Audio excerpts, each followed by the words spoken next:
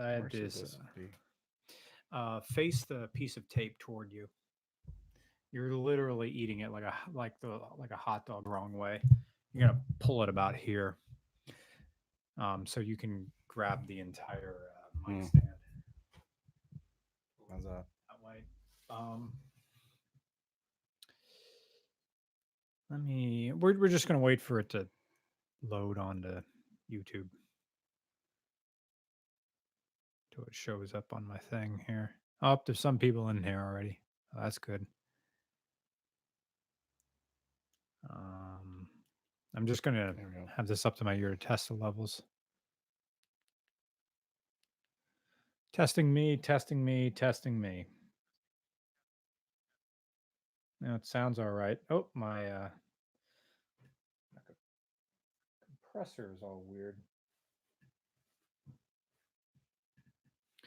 This is me right up on the mic. Peeking a little. Yeah. About here is probably where I'm going to be.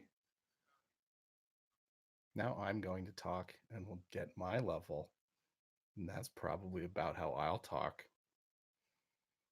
Talking is fun. Keep talking. Keep talking. We are going to drink some whiskey today because it's Christmas, I guess. Okay, this is. Do I want? No, I don't want low cut. Low cut. We don't need that.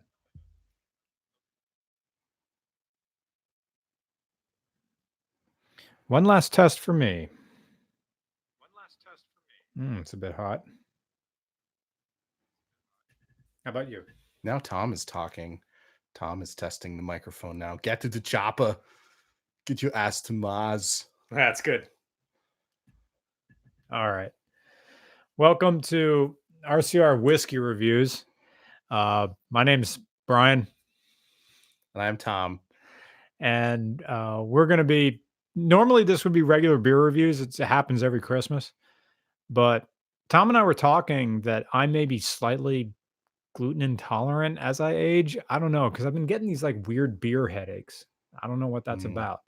And I've also been on this like, not a low, well, it is a low carb diet if you don't count rice, but rice is all carb. How is okay? Yeah, rice is basically carb. Yeah. So, and I eat rice every day. So I guess it's just a diet.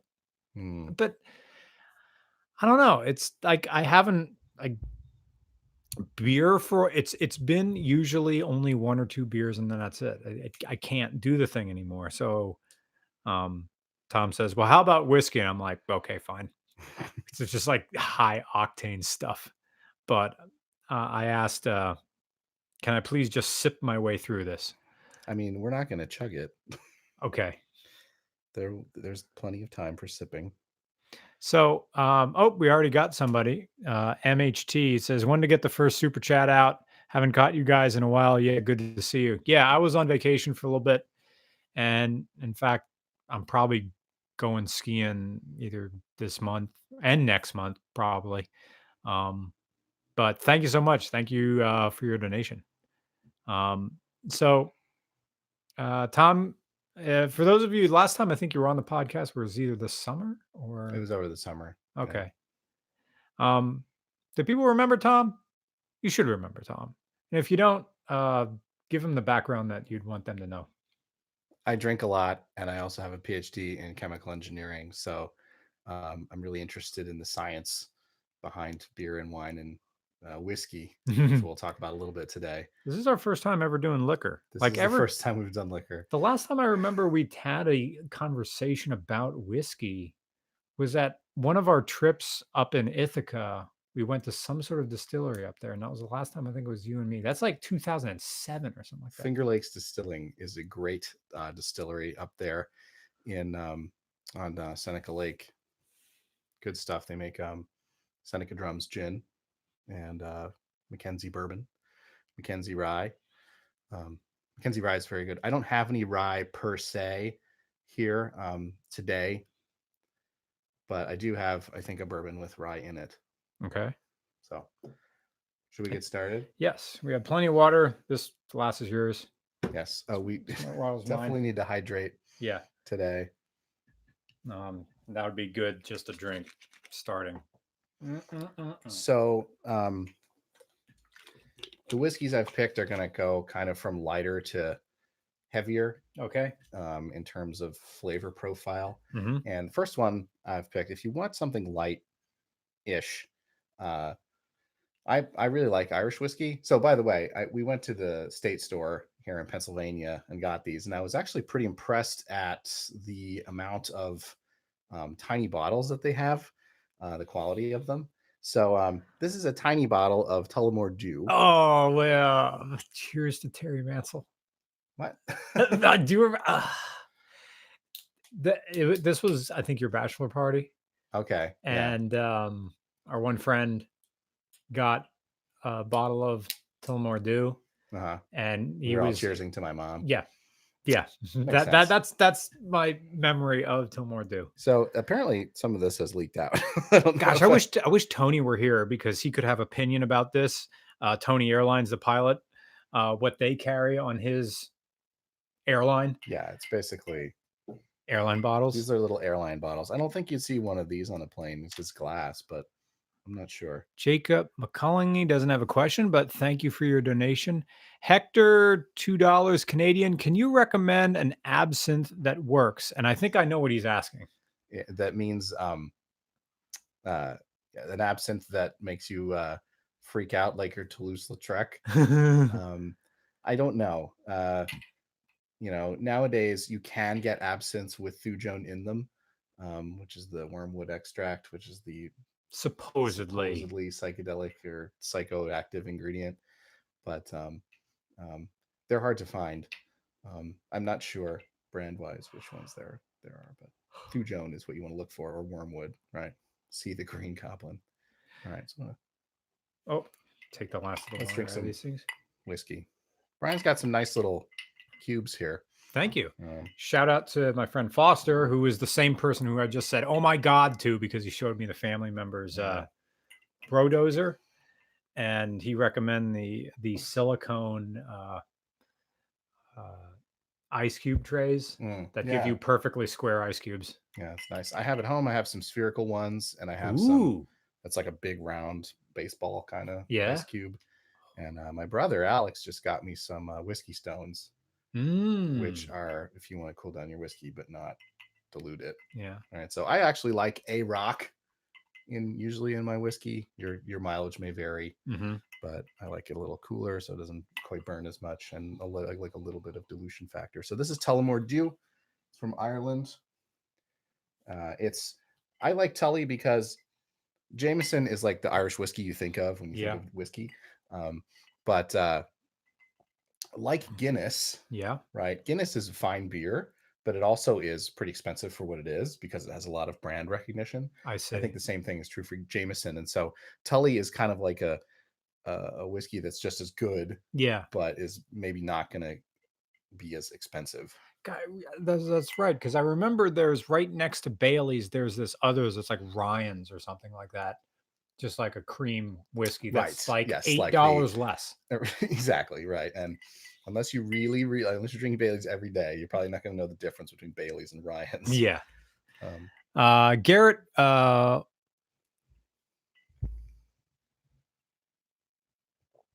like cars. Wiltering, he just says, I like cars and I like turtles. I like turtles. How about White Claw? All right. I bought White Claw not knowing what it was, and I didn't know the meme, because we have our grocery, the Giant, now has a selection of just stuff. Mix a 6-pack, which is great. I mean, they're not going to have really high-end stuff there, but I had White Claw, and I'm like, this is interesting. I'll have some of this. It's like, oh, this is just water and vodka in a Red Bull can. They do also have just like regular unflavored. Right, it's like the Ned Flanders unflavored ice milk. It's just water and alcohol and bubbles. But this was like summer of White Claw. It like exploded. I know, right? There were White Claw bar crawls all over. I went to one in Ames. Yeah. Oh, really? But it's like on a normal night, like on a Friday night, it'll be like $5 or $6 For a for a White Claw. for a White Claw Fucking because White Claw. everybody wanted it, and now they're fire sailing it because it's not summer anymore. Ah. Merry Christmas, Rec wouldn't be a podcast without you. Merry Carsmas and Happy New Brown. Thank you. Oh, my Tony gave me a toilet fishing kit. It's a little tiny little kiddie pool you put at your feet and a little fishing rod, and like little floating to fish with on the toilet. Yes. Right. Interesting. So Irish whiskey is going to be a little lighter, of course, than Scotch. It's not going to be smoky and peaty, and it's an Irish whiskey I've had is Proper 12. Yeah, Proper 12 is pretty good. That's Conor McGregor's whiskey. In general, though, lighter profile, more caramely. Powers to me tastes a lot like maple syrup.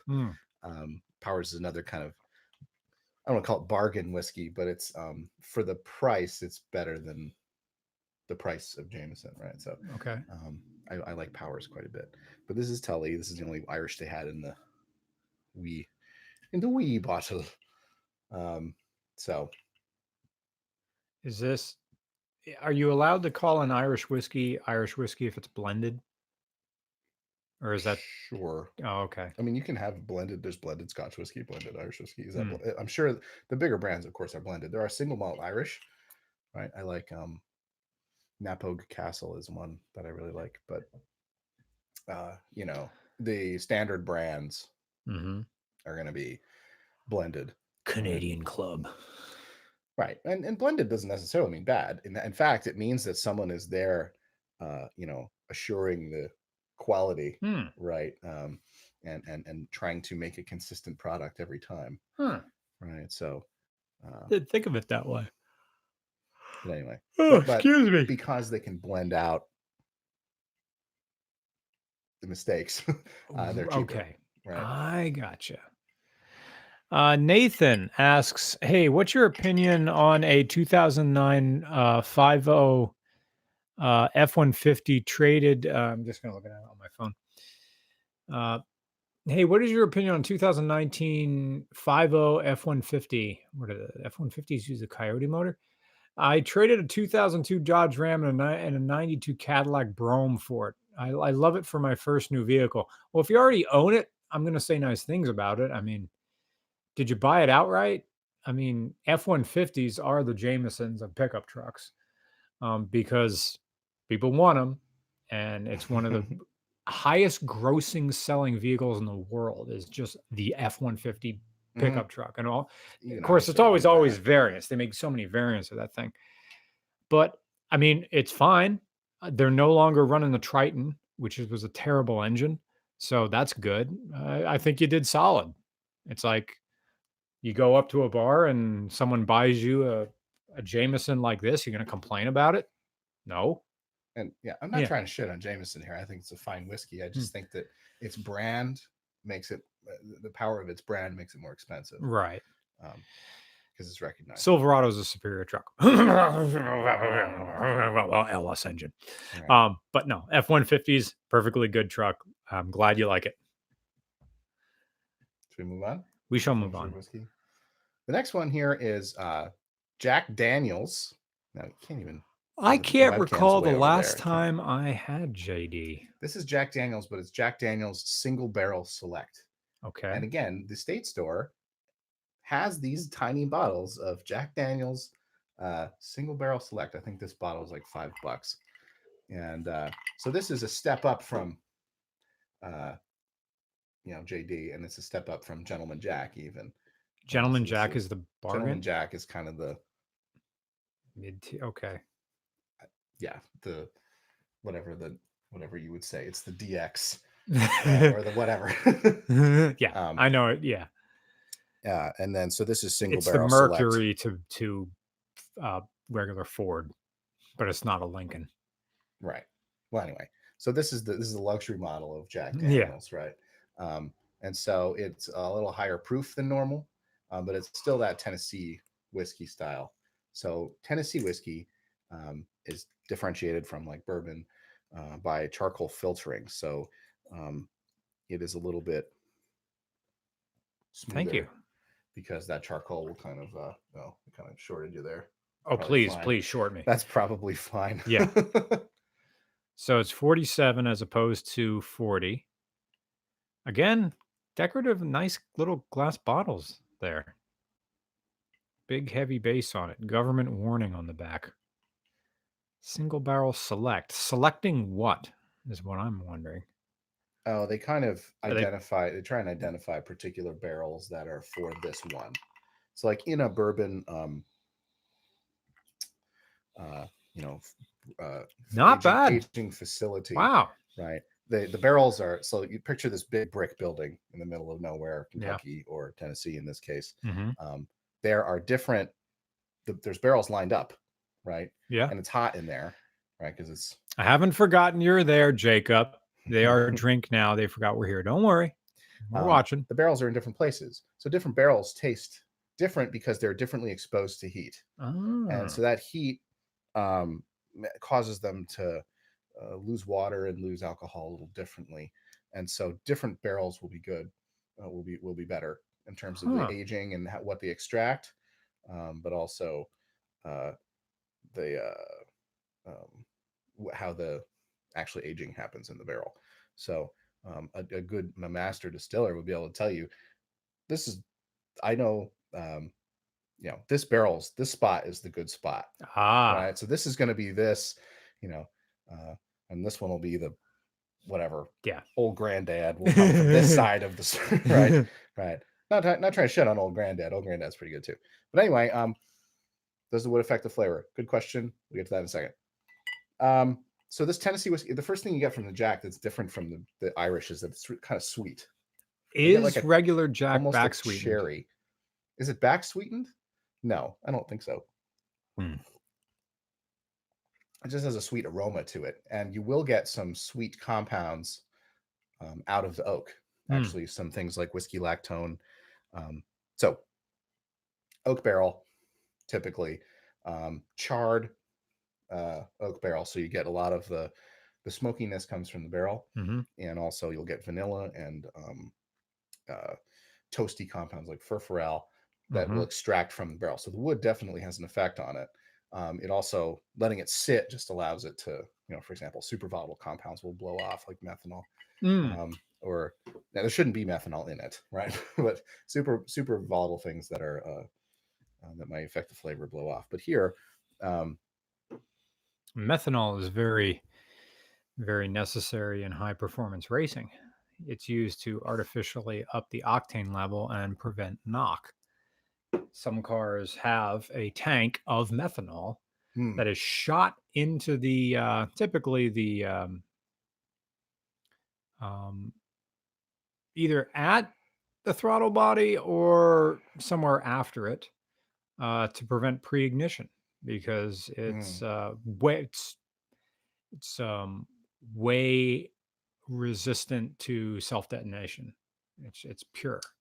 sure, So some people, Justin Kramer has done this, is that you can use Windex and shoot a very small amount of that into the AFR, into the air fuel ratio, and that will, in small amounts, ignite and prevent knocking. I find that very. Your expression was the same one I had. That people sometimes for methanol do use white washer fluid in that because there is alcohol in it. hmm. And there's probably methanol in that as well Well, because washer fluid doesn't freeze unless you get down to like yeah, negative ethylene glycol 25. is what's in there. Oh, okay. We have a couple of super chats here. One is if you're ever in Cleveland, go to Great Lakes Brewery. Been there. It's great. Uh, Big fan of Great Lakes.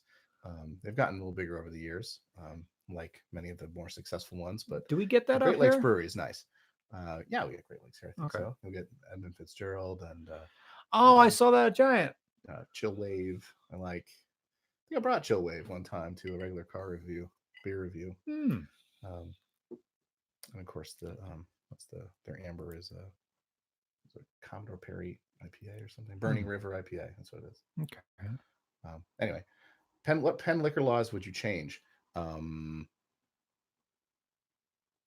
the liquor store, you have to buy wine and liquor at a state-owned store in Yeah. Pennsylvania, and so if it basically limits the selection quite a bit, and it limits the ability for you to have like a boutique place that would be sort of niche, or if you just like Burgundy, or if you just like whiskey, you can't just open up a shop where you just import Burgundy, right? That doesn't happen. So Pennsylvania is one of the more regressive states in terms of liquor laws, for and sure. like being able to get all those ciders that I liked from Bellwether. How I really like the cider up there. And oh yeah, shout out, another Finger Lakes shout out there. Let's see. What'd they say? Oh, that was you. Oh, you shouted out. Oh, okay. Are you two going to get drunk before the show's over? Me. Brian, definitely. What's going to happen now? Now that we can put the caps back on these, I'm just going to go. Probably when we get to the next one, I'm just going to be going beep. There we go. Just have a taste. Because already I'm getting warm. I'm feeling warm myself. My face is all red. Crazy Ivan 2 times. Wouldn't be a podcast without you. He says, happy many pagan festivities. See you. And you scrolled up and away from that one. That blue one. Says Tom's mic is low as fuck. I'll get closer to it. Boosting Tom's mic. Boosting Tom's mic. Tom's talking about whiskey right now. Somebody mentioned charcoal filtering and George Dickel. Yeah, George Dickel has had a lot of success lately in terms of its sort of various accolades that it's gotten. And again, it's fine. It's a fine whiskey. Noah seems to think it's the superior one. I don't have enough of those two to really differentiate them, but it's not like lower tier. I would say it's on par with Jack for sure. But also Tennessee whiskey, and that's different. Again, the charcoal filtering process is what differentiates a Tennessee whiskey from, say, Kentucky, from like a bourbon, which would not have the charcoal filtering. Crazy Ivan 2 times says, happy many pagan festivities. See you in 2020. See you then. Next week. Got to remember to keep hydrating here. Iced Ink says, what whiskeys should you never mix or shoot? I'm fond of Giant Texas bourbon in a Hank Hill way, bottled in Houston. Cheaper than JD, but higher proof. Pouring it over Coke feels wrong to me. I don't know. I feel like if you're going to put it in Coke, then you should get the cheapest one. Bankers Club. Right. Maybe not the cheapest one. The cheapest one that will successfully avoid a hangover. Right. You don't want to put really nice, like Whistle Pig Rye in Coke. Yeah. Right. Yeah. So, So I agree. What should you never ever mix or shoot? I would say anything. The mixers are you never want to put the good stuff in a mix. Shooting, I'm a big fan of shooting whiskey. But if I have to, I'll do Irish, just because I know it'll go down a little smoother. Yeah. I guess that macho stuff went the way with like drinking beer out of plastic cups by choice at home. Yeah. Although I did like in my waning college days the fun shots that are like layered. Those were kind of neat. I guess somebody put some time into making them. The buttery nipple, the fireball. I mean, I think there's a place for shots. I think if you work in the restaurant industry, shots are a huge part of your life, right? The guys I hang out with at the Mucky Duck Pub. Yeah. Shout out to the Mucky Duck Pub in Ames, Iowa. Oh yeah, we did do shots, didn't we? Yeah. Those guys live on Rumplemints, right? You could probably run a drag racer off of that stuff too. It's 100 proof. It's got a lot of sugar in it as well. It probably would be bad for the engine, but lots of rumpies. There was a video of a guy with a little 2-stroke lawnmower engine who made his own like lucite or some sort of plexiglass, very, very thick cylinder head. So you actually see what's going on. They had to find a way to ground the spark plug because normally the spark plug grounds to the cylinder head. Okay. There's only one wire that goes to the spark plug and it's positive. Yeah. Getting a little warm. Okay. So anyway, he started like, I'm going to put diesel engine and just see what happens. And then he put in just some sort of moonshine, or I forget where he was, but it's where you can get like 180 proof or something like that. Mhm. Puts that in, it ran.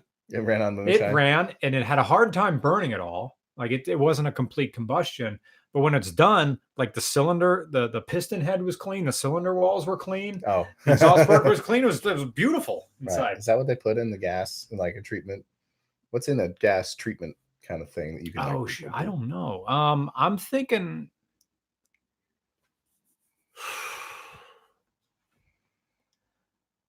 It has to be some sort of solvent going in there.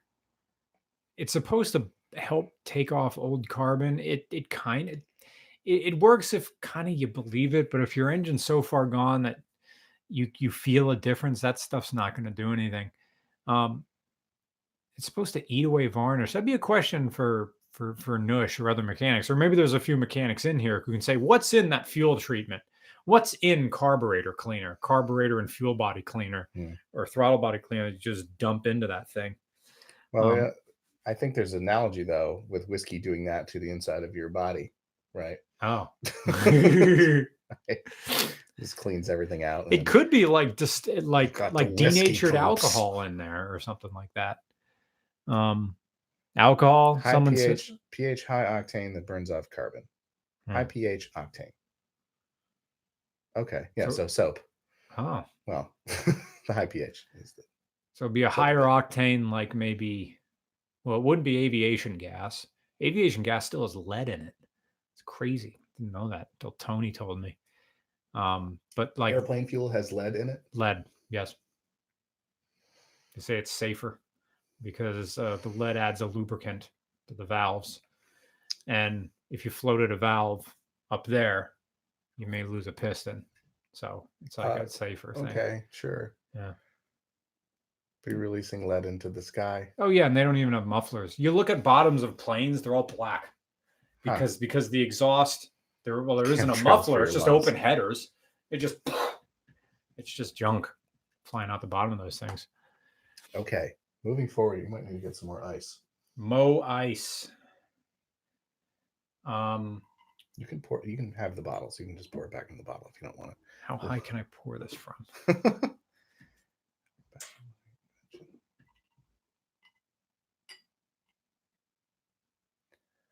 Tom, I like Scotch or Irish or Canadian whiskeys, but cannot stand bourbon. Do you know of a chemical reason for this? I don't know why you would like. I was going to say maybe it's the smokiness, right? I'm not really a huge going to get more ice, but if you said Scotch, then that doesn't. That makes it that doesn't count. Let's see. Bourbon to me has this kind of smell to it that is some bourbons have this like sickly sweet kind of smell, and again, it's nothing to do with the sweetness in the real burp. It's nothing to do with the sweetness in the actual whiskey. There's no sugar in it, but like it has this like it's the corn that makes it smell like that, and I don't know exactly what that is scientifically after the distillation bit, but I know what you're talking about. I think if that's what you don't like. Bourbon has to be 51% corn in the mash bill at least, and many bourbons are more than that.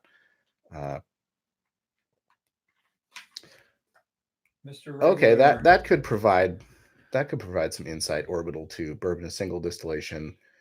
Irish and Scottish are double and triple distilled, right? So there's more distillation going on. You're getting a tighter ethanol profile. So maybe there are some more congeners in bourbon.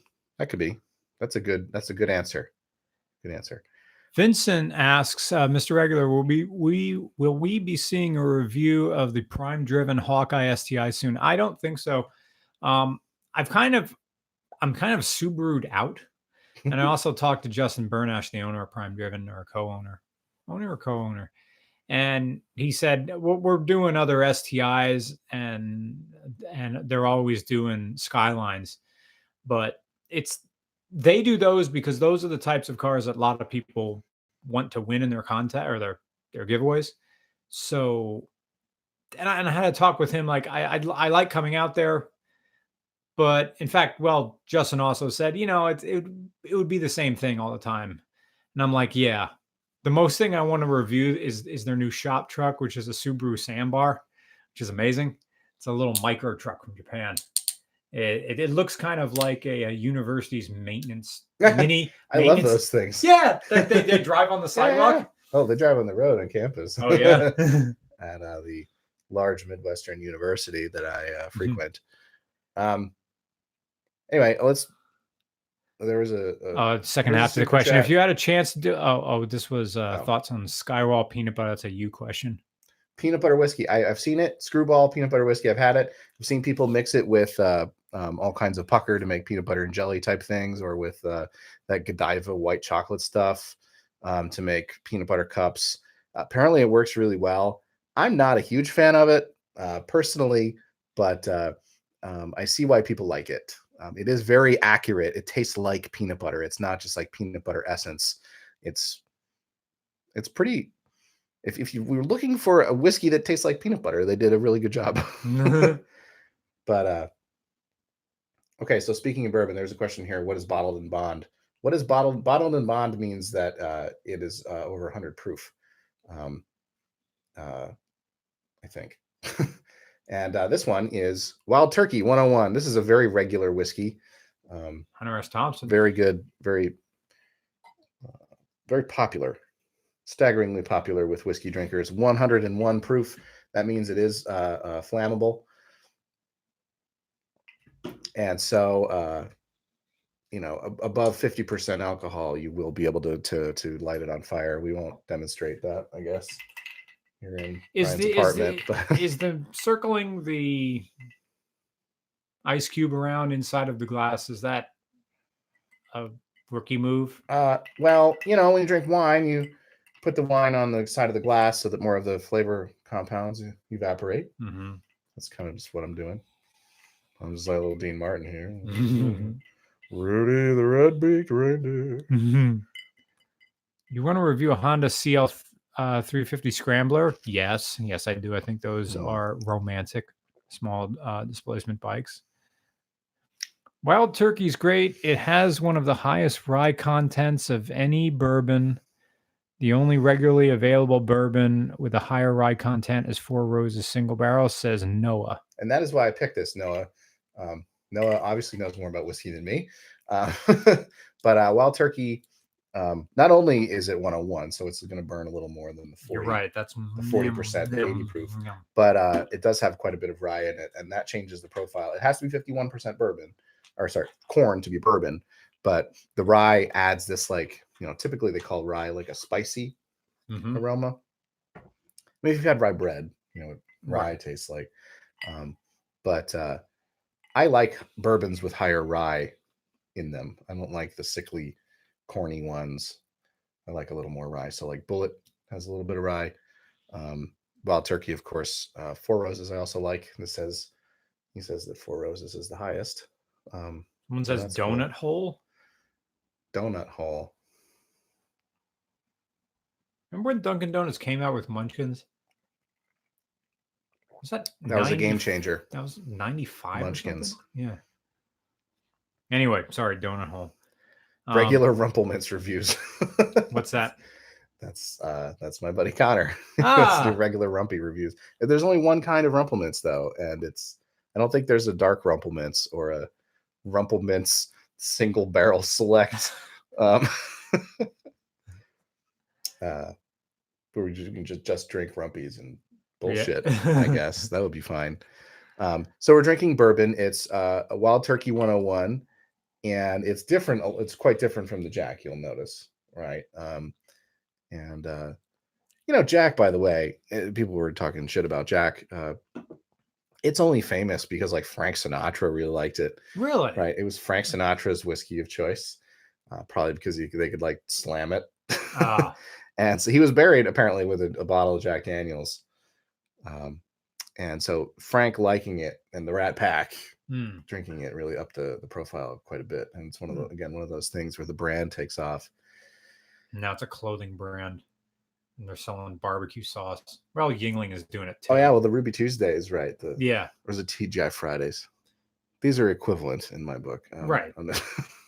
Those are the place where you get a plate of hot brown and a plate of hot brown and a pint of cold yellow, and they're next to whatever hotel chain brand you're staying at, next to the highway. Yeah. But anyway, 101 with some ice in it is nice. Again, the ice, especially with the higher proof stuff, I like the ice to cool things down and to freeze a medium roast coffee into ice cube.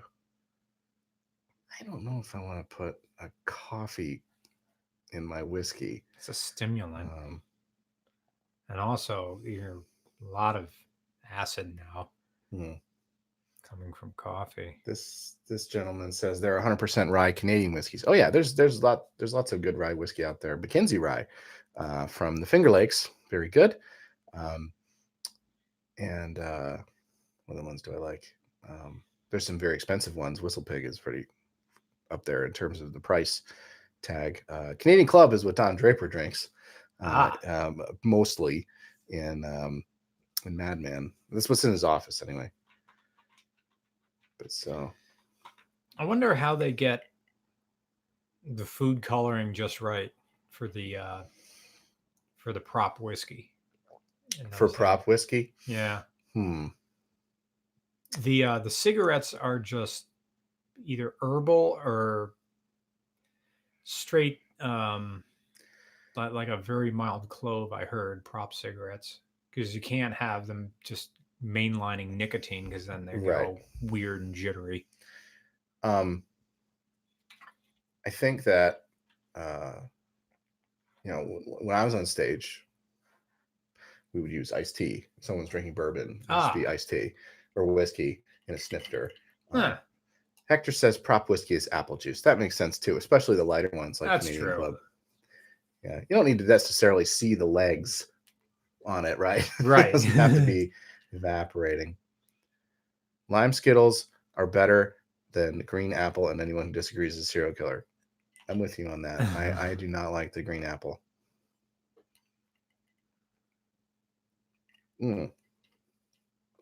Hudson is very pricey. It's good, but again, this tiny little, well, it's the same. It's a little squat little bottle, right? What is Hudson? It's from New York. Okay.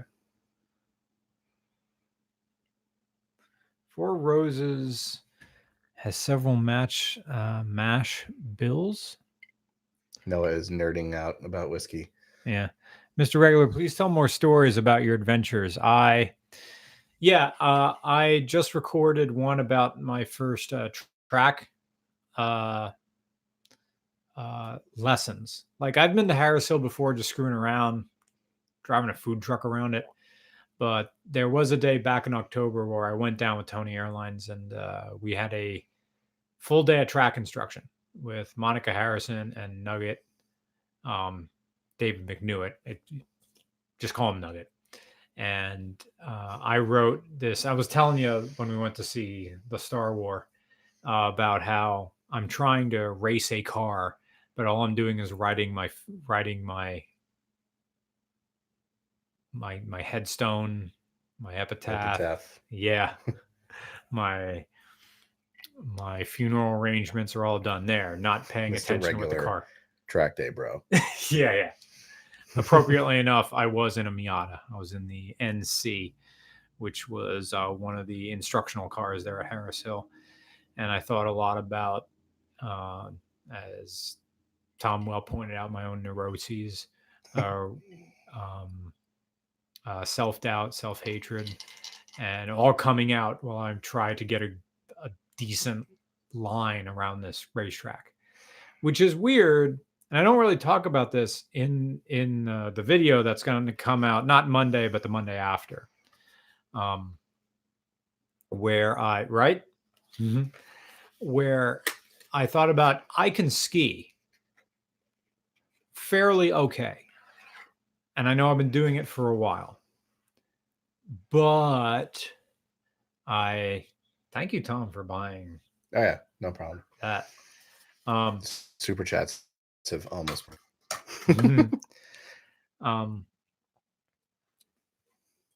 I thought a lot about skiing, how I don't really have fear when skiing. Even out in Mammoth, the only thing I didn't do is do that cliff thing where people like ski off the cliff and they're in the air for a little bit and then they hit the ground and they start skiing again. I've had one concussion and 3 subconcussive hits. Let me put yourself. And I still go out From every winter. skiing? Yes, I've had one big concussion. Mike Buffano was there for that one. That was at Blue Mountain. I landed on the tails of my skis and fell backward, hit the back of my head on ice. That was lights out. Boom, just done. And then I just yard sailed down the hill, and I woke up sliding backwards on my back, just looking at the trees, and it was beautiful. There was no pain. There was pain later. There was big pain later, and my dad was there too. And Dad was kind of like, yeah, you can walk it off. And like in retrospect, I should have probably gone to the hospital. I think I didn't go to school the next day. Do you see the little Tweety birds flying around my head? Yeah. I probably should have gone to like Lehigh Valley or just something, get like fluids in me or something like that. And then the 3 subconcussive hits were, you don't go out, but you got donged. And it's all at Blue Mountain. 2 at Blue Mountain and then 1 at Bear Creek when I was skiing. Donged. Yeah. You got your bell wrong. So right now we're moving into the more, let's say, aggressively flavored whiskeys. This is Macallan 12. Where are the bottle going? This is Macallan 12. It's kind of it's the low end of top shelf, I would say, in most places. There's Macallan 15 and 18 and 21 as well, but it is a Highland Scotch. And so, this is where we're putting our big boy pants on now and moving into Scotch whiskey. And Scotch, of course, differentiates itself by being smoked, where the barley is smoked over peat. And so it has a very peaty aroma. The more kind of north you get in Scotland, the more kind of peaty things get. Highland whiskey is going to be quite strong in the peat, where Lowland not so much. Islay is going to be the worst in terms of peat. Not worst. I mean, it's going to have the most smoky peatiness. So this is a Highland. A Scotsman pisses in every batch. This is so anyway, this is Highland Scotch. Quite different from bourbon, I would say. Tried to get a good mix of aromas and flavors. I like that. You like it? I think I'm a Scotch person.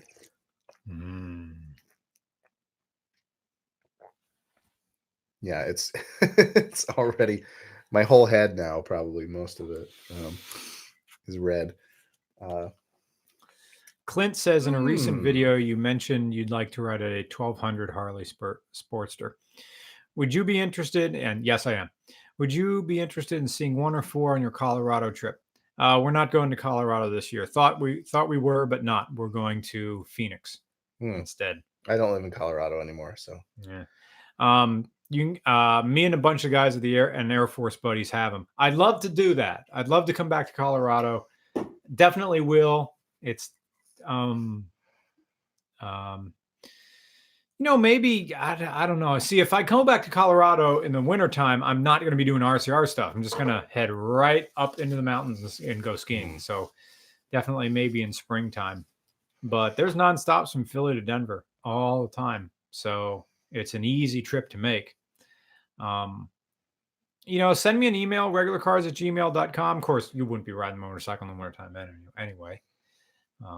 Head back there in the summertime. That'd be cool. Yeah, Clint, send me an email. And thank you for your donation. Thank you for liking RCR. Highlack says, and thank you for your donation. If you did a racing simulator or American Truck Simulator stream, what are you drinking while driving? You do not drink while drive. Even a video game. I got to be a role model here. Although one time I got royally effed up on gin and tonics playing Grand Theft Auto Vice City with like a bunch of like real world car mods. We're dating ourselves here. I'm dating myself here. That must have been 2006 or something like that. That was before I moved down to Lansdale. And real world car mods. Yeah. So you could get like a real car instead of like a Yep. Get made up cars in the game. So drinking and driving in a video game doesn't make you video game better. Just makes you think you are. So what would I drink? I drink something like which would be totally impractical for like sports car driving. Something that requires a dainty touch, like champagne or martinis. I like dry martinis. So mojito. Okay, Noah's nerding out about whiskey again, and I want to make a comment about Talisker because people are talking noise about the Talisker. I was on a Scotch kick for a while when I was watching this show called Shetland. It's a mystery show that's set in the Shetland Islands, where the ponies come from, and the sheepdogs and all that. And so it's the kind of show that you have to watch with the subtitles on to understand what they're saying for the first couple of episodes. But anyway, as I was drinking a lot of scotch while I was watching that, and I was disappointed at the sort of lack of peatiness in the Talisker. I got the Storm is what I was drinking, but it was not that like intense. It was a lot. It was more like, and I don't know if there's something about the labeling laws, or maybe Noah can answer this question. Talisker is from Skye, though. I know, but it's supposed to be like, oh, this is super intense. It just wasn't very flavorful at all compared to other things. And so it's a White Claw. I was disappointed by the Talisker. And I've had the 10 as well, and I have the same opinion on that. But this Macallan 12 Highland is quite good. I don't know if this is a spirit or if that's something else. Aberlour. I don't know how to pronounce that second word. I've had Aberlour once, and I was drinking, so Damon, no opinion on that. I almost got that. That was at the store, but it was like $70 bottle. Yikes! And so, right. Speaking of expensive bottles, I think I mentioned this to you off mic at some previous time that I bought the Dan Aykroyd Skull vodka. The Crystal Skull. Somebody mentioned that earlier. Yeah. And I heard him on Joe Rogan, and then Dan Aykroyd was just going off about how they poured over diamonds and stuff like that. Yeah, this guy was mentioned that on here. And actually, right next to these whiskeys, there is a tiny little Crystal Skull. Oh, they have them in tiny ones? There is a tiny Crystal Skull at the State store. I did not get that. I see. When I viewed vodka, I viewed it as this is a mixer drink. Why am I buying expensive stuff? But then I heard the podcast and I bought the expensive vodka. I don't know if there was a difference or if I just thought there was. I should have had a triangle test. Yeah. You're learning. That's good. Yeah. Somebody asked up there, I think Demon asked me if I ride bicycles. Dude, I used to ride bicycles a lot. And I have a lot of fond memory of cheap bicycles, the Huffies and stuff we used to ride around all the time down the Moyers, or at Barrett's house, or at Eric's house, sometimes all the way to Neil's house. Talking about that today. Yeah. Yours had the speedometer on it. And the odometer. Yo. I put a dime on the road when I hit 100 miles. That was cool. Nice. I still know where it is. The question, or somebody mentioned before Buckfast, and that comes up when we talk about beer too. I would love to try Buckfast, the caffeinated version. It's like Irish Four Loko. Oh, it's like that beer that existed in Drew Carey's show, Buzz Beer. Yeah, like Buzz Beer. You all the yobs drink a bunch of Buckfast and then go out and you know, have some criming. What's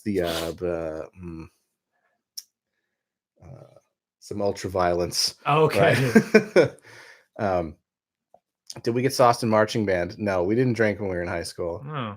Lagavulin, somebody's open Lagavulin 16. Love that. Did not have it at the state store. Also, the bottle's $100. So again, I feel bad that I only know that because of Parks and Recreation, but any way to get to something. It's probably gotten a big bump since then. Yeah. And I think Lagavulin, if I'm not mistaken, is making a whiskey with Nick Offerman now.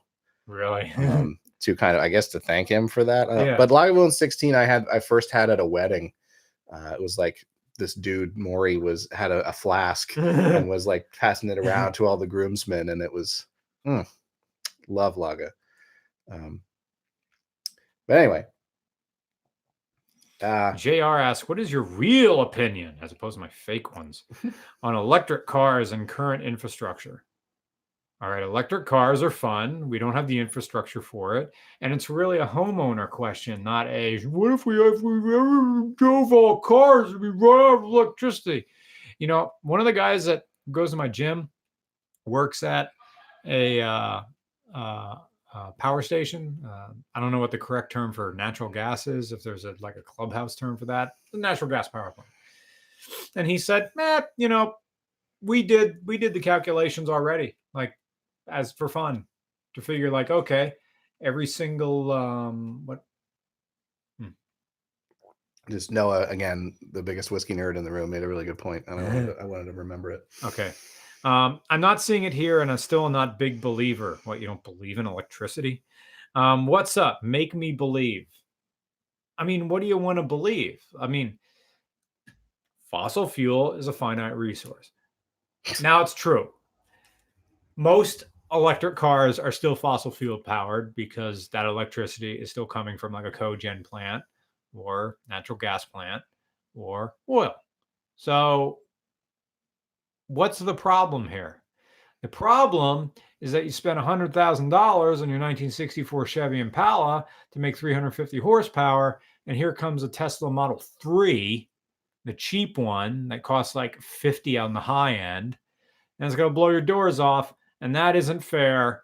Rah, rah, rah, rah, rah. I'm just chemical engineer here. From an energy standpoint, the power plant benefits from economies of scale, generating the electricity. You can go further on the same amount of, like, if you burned gasoline, you wouldn't burn gasoline in a power plant, right? But if you burned liquid fuel in a power plant, you can go further and charge the car. You can go further than if you just burned it in the car, right? Because you get all this heat loss, right? You've had so much, economies of scale at the power plant that you can burn it more efficiently. There you go. However, whatever. I don't want to get into like a whole climate change argument here. I don't think it has anything to do with climate change, because the cost of mining lithium for all those batteries, that's going to be another thing. And this is me knowing nothing about world economy and international politics, but if we had a radical change to all electric vehicles, the United States suddenly would have military interests in South America, where the lithium is. China has a bunch of rare earth metals too. Oh, do they? Oh, yeah, they have most of them. Anywho, but the real question is, bring back the Roosevelt corollary to the Monroe Doctrine. Nice. Electric cars currently, like higher performance ones, have a problem with heat, because when all that electricity moves through, they have what is that? We're getting more and more intense flavor profile wise. Would you like another ice cube? Yeah, probably. So we did Macallan, the Highland single malt. This is one of the peatiest ones you'll find. I think, and it's really got a super unique flavor profile that, the Macallan like really still smells and tastes like whiskey, even though it's a little smokier and peatier than bourbon. But it's still got a good balance to it. This is Laphroaig, and this is Islay single malt. It has one of the more unique flavor profiles in whiskey. It's very heavy on the peat, and you can watch a video of the master distiller out in the river, like sawing up chunks of peat out of this creek, and peat's full of organic, very phenolic flavor profile. Have you ever had Laphroaig? This is going to be fun. If you've never seen anyone have Laphroaig for the first time, oh boy, this will be an enlightening. Go ahead, you pour it.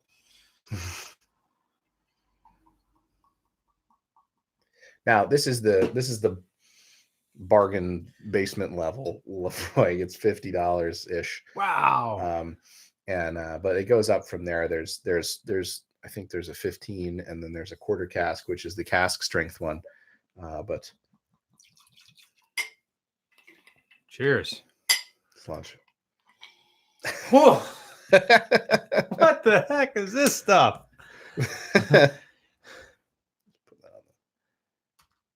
Exactly. Yeah, there you go. Laphroaig. Whew. Well, you're better. It smells. It smells like a bologna sandwich that I cooked in the microwave. What? No, I smell a little bit of Lebanon bologna. Lebanon bologna? Yeah, that'd be the smokiness, I guess. All right. The smell is more intense than the taste, or maybe because I was unready for it. I was kind of, I feel like it smells like kind of like an old baseball glove, kind of like the leather, really leathery to me. I'm not sure about the bologna. I'm smelling Lebanon bologna. I don't know what to tell you, and it's sweet. I mean, it's not. It's not the guys slice. Have no idea what Lebanon bologna is, but if you don't live in Pennsylvania, you don't know what Lebanon bologna is. It's a Pennsylvania show. I'm not smelling like the sliced penis that you get in a big jar at the basketball game. I get it. Bologna. I get the Lebanon bologna. Mm-hmm. No, what I was talking about actually was the caramel color aspect that you mentioned, and I had forgotten about that bit, but we'll get back to that in a second. Lebanon bologna is like summer sausage. It's sweet, but smoky, and it's my dad likes to my dad likes to spread cream cheese on it. So it's like it's like summer sausage, but it's in a big, normal lunch meat size. Yeah. My dad spreads cream cheese on it and rolls it up and eats it in little slices. My aunt does that as well. Yeah, they call it sheetrock. That's funny.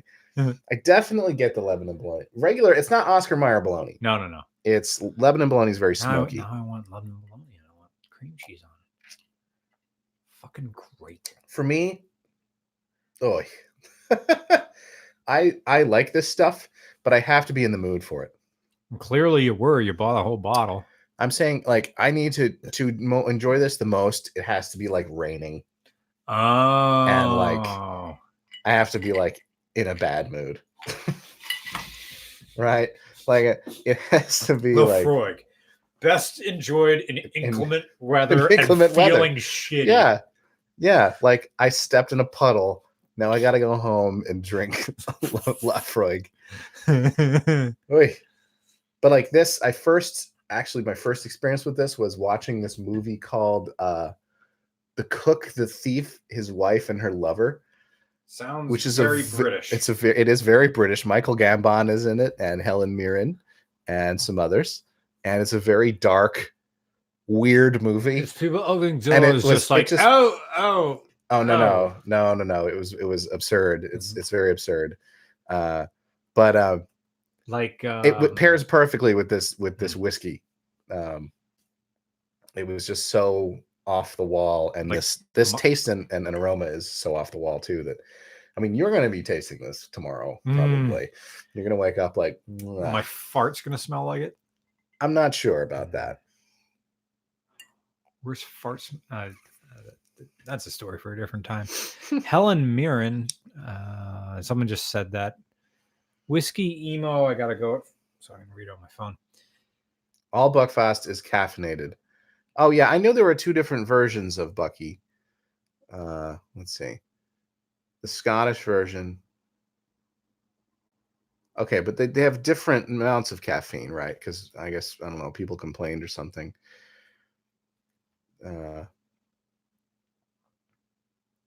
Thank you, Joe Rinaldi. Really watching dudes drink and review whiskey. I'm loving it. Thank you. Glad you're enjoying this. Someone just says the monk's piss in it. Yeah. 4 ounces of Elon's musk. Helen Hunt face. This smells like Is never gonna see this. My dad has a friend named Stoney. Yeah. And you know, he had him and the associated parties would just smoke like chimneys for a while there. And this smells like Stoney. Right? It smells like Stoney would taste. He's wearing a leather jacket. Yeah. He's smoking, right? It smells like a workbench. Yeah. You know, like a I have this place in my house that's for soldering. Yeah. And there's a vise on it, like the workbench in your parents' house. Soldering iron. Dad goes down there with his I'm gonna solder something. Leaves the soldering iron just sitting on the bench, burning a slow hole in it over the course of 25 years. Last night, after Christmas was all done at my parents' house, you just see Dad disappears for a while. And then I'm in the kitchen, and I just hear from the basement, bang, bang, bang, bang, bang, bang. Bang, bang, bang, bang, bang. Bend sound. Bang, bang. And Mom has her new noise-canceling headphones on. You hear like walking around, mumbling, grumbling, bang. He either could be hammering something to fit into something or just shaping metal down there for a project that he's gonna tell me about. I have not had the triple wood. I actually have not had many variations on this. I think I had the quarter cask one time. They all have the same kind of Laphroaig flavor profile, the phenolic. And by phenolic, I mean they're phenols, but phenolic stuff is like plastic, Band-Aids, smoky. Barbecue is a phenolic aroma too, like like barbecue sauce. And those are all things that come from smoke. It's not rocket science here. You smoke the peat, and the smoke gets into the stuff. There's organic matter in the peat, and so that sticks to the barley, and then the volatile material goes up into the distillate, right? So it's not. It's there because you lit something on fire under the barley, under the malt. Like. Well, I'm confused. They have like a little fire where they burn the malt, or are you just making? You have to kiln malt. After it germinates and makes all the sugars that you need, you kiln it and you cook it to different, like dark beer and light beer. Okay, that's malts that are kilned for different amounts of time. Kilned black patent malt is like burned, right? Kiln means roasted. Oh, so they roast it and they use peat in the roasting process in a literal oven. Well, I think sorry, these are dumb questions. Yeah, I mean something of that size. Yeah, I mean that's what they're burning, because that's all they had at the time. In like William Wallace times, they weren't making scotch in William Wallace times probably, but like they have this flammable dirt out there called peat, and they just throw it in the fire, right? Oh, okay. And so that was what they used to kiln their barley before they would steep it and make a beer, a mash, and then that would ferment, and then you distill that. We don't have peat here. I've always been wondered how dirt burns. It's mostly peat is a lot of organic matter, so it's I wonder what it feels like. Is it like bricks? They were, but it was crude. I should defer to Jacob McGillicuddy for that information. Many Irish still heat and cook with peat hobs, etc. Yeah, man. Yeah, no, I agree with that. This Laphroaig, sorry, the Macallan is finished in sherry. That was a thing that the Scots invented, was finishing in different wood, sherry or port. The Macallan was sherry finished. The famous Balvenie double wood is sherry and something else, bourbon. I think bourbon barrels. And Laphroaig, I don't know what it's finished in, but I think I think you could say that most of the flavor in Laphroaig comes from the phenolics and not necessarily from the cask. My daily upload said peat is kind of pre-coal. Yeah. Okay. Yeah, that's a really good way to describe it. Have you ever had Pappy Van Winkle? No, I'm not cool enough. Evan J is asking about your thoughts on Walker Green. What do you say? Peat is to coal what a chub is to a full-on boner. Pappy Van Winkle or GTFO. Yeah, I'm not bringing... Pappy Van Winkle is not a regular whiskey, right? That's like going, oh, supercar, the Lotus. What did you drive? The Lotus, whatever the hell. Oh, it's not a regular car. Not a regular Lotus car. Elise. Looking back, Lotus Elises are like $18,000. That's it. Okay, but everyone wants you to drive a supercar, but the whole point is it's not a regular car. It looks like it's really expensive, and it's not. It's like, yes, it's a British chassis with a Toyota engine in the back. Okay, so I picked the wrong example. Okay, right, but yeah. Now an Exige, Pappy is extremely rare because the retailers that get it have to sell a shitload of all of the lower end whiskeys in order to even be on the list to get it. And so I saw some Pappy in when I was in Denmark. I could have had some in Copenhagen at the Mikkeller Bar in West was it shoot, I forget the name of the neighborhood in Copenhagen. And they had Pappy there, and they also had the End of History, which is the beer that is they made like Brewdog made 16 bottles of it, and they put them in a taxidermied squirrel. What? So there was a taxidermied squirrel at the end of the bar, and I was like, is that what I think it is? And they're like, oh yeah. But they weren't selling like shots of it. But they had Pappy next to it, and I was like, how much for the Pappy? Just curious. And it was like 400 kroner or something for a shot, which is like $70. Ouch. Like, okay, everything in Denmark is expensive already. I'm not going to buy a $70 shot. What is the best kombucha? My wife makes good kombucha, if you know what I mean. I don't have an opinion. Yeah, all I know about kombucha is that it's like an expensive fizzy drink. Thoughts on Johnny Walker Green? Never had it, so I have no thoughts. Okay.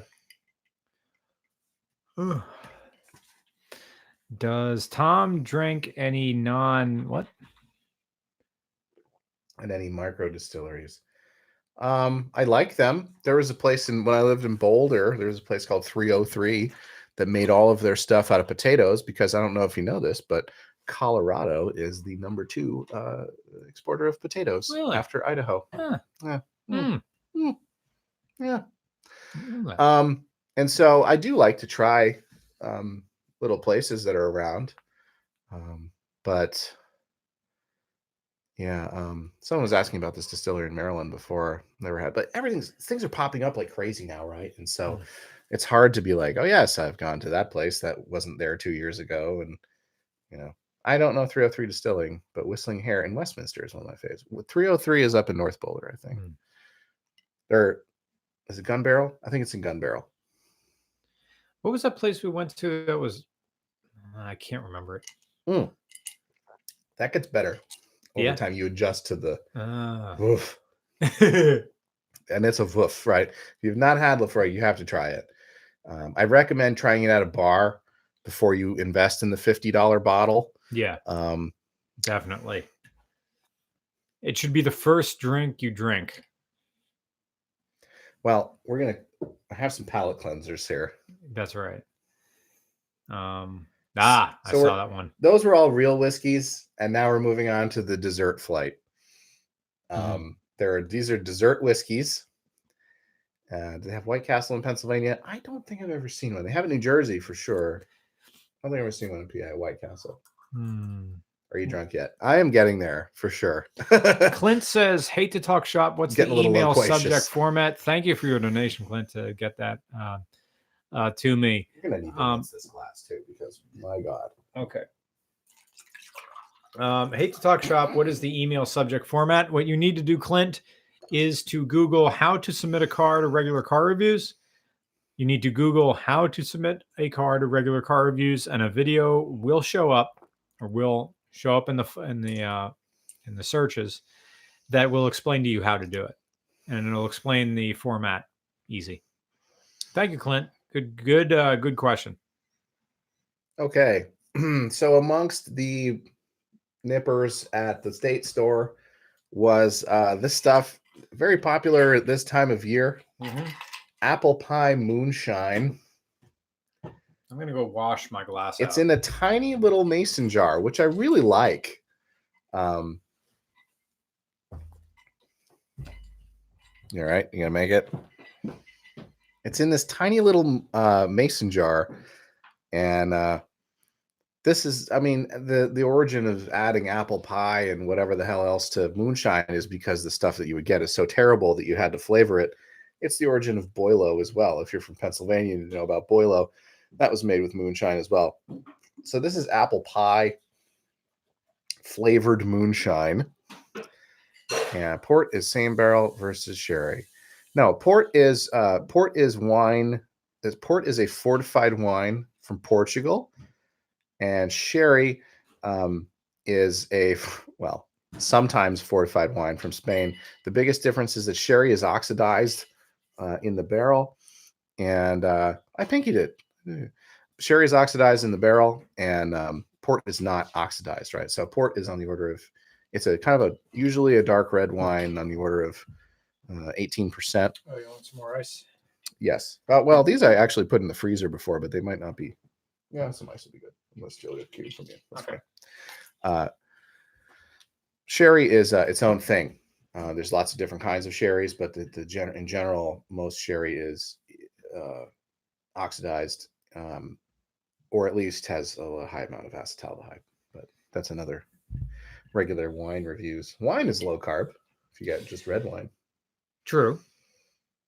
Could be a thing. Let's try the old. I'm only going to do a little bit of that. This is apple pie moonshine from Old Smoky. Just looking at it, I can see the corn syrup in this. Well, it does look very thick, and you can have. Ooh, that's sweet. Oh, wow. This says it's spirits distilled from corn with natural flavors and caramel color added. Let's get a drink moonshine. My name's Rebecca. I drive a Hyundai Tucson. It's my friend Jennifer. I would say she goes to Westchester. It's better than Fireball. Oh, no. Woof. Don't bucket over. That's some basic stuff right there. Thanks for bringing it. No, I mean, it is. It doesn't taste like a hammer. It's just super, super sweet. It does, to their credit, it tastes like apple pie. Yeah. God, Gosh darn it. In fact, it's been engineered to taste like that. It's got a lot of vanilla and clove and cinnamon and nutmeg, the apple pie spice action. My boyfriend's And favorite so movie is The sweet. Purge. Yes. Cake. Aspartame pie. Jacob seems to think this is artificially sweetened, and part of that is that I think for it to be, does it say whiskey on it? It just says moonshine. I'm not sure if that term is legally. I think you can only put 10. If you want to call something whiskey, you can only put about 10% of other stuff in it. Allspice, yeah, maybe. Better than Fireball isn't exactly a high bar. It wasn't a compliment. I'm just saying. It's like, do you remember Aftershock? Aftershock, the cinnamon one. Right? Yeah. You know what this reminds me of? 99 Bananas. Someone said 99 Bananas before. Yeah. Ugh. I drank a bottle of that because someone recommended it to me, and that was during my, I'll keep high school going by any means necessary. I'm 37. I was 27. I'm 38 now. Michael says, I made Boilo for the first time for Christmas, and the family loved it. That warms my heart. Yep, and there it is. I got some Boilo right here. Hell yeah. Oh, my family was my Aunt Cindy is the one who makes it, and she wasn't around. Well, you can keep. Well, we're not going to drink all of this, but you can have some of it. Nothing is worse than Chinese. That says bijou, but baiju is what you're thinking of. Yeah, that stuff is hot stuff. Okay, this continuing our dessert flight of whiskeys. This is Yukon Jack. Yeah. It is a unique product. It calls itself, it says, bold and distinct, the black sheep of liquors.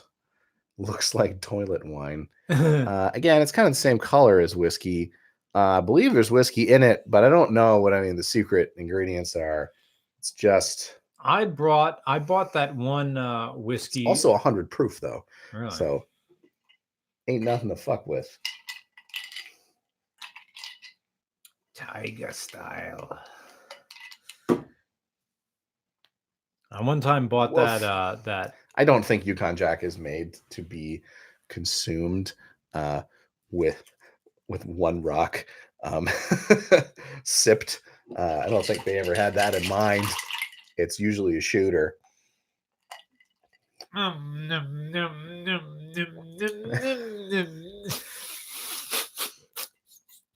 It reminds me of Tuaca. Yeah, this is a shooter. It's a shooter. Why does that hit my nose the way it does, and not in a nice way? Because it's 100 proof. Oh, it's the high alcohol. It's your trigeminal nerve. It is the same response that you would get. That nerve response is the same as you would get from spicy peppers. Capsaicin. Oh, okay. Shots or sips? We're sipping. Do you like Yukon hot Jack? Stuff? Can I love hot stuff. I don't like mixing it with Hold on.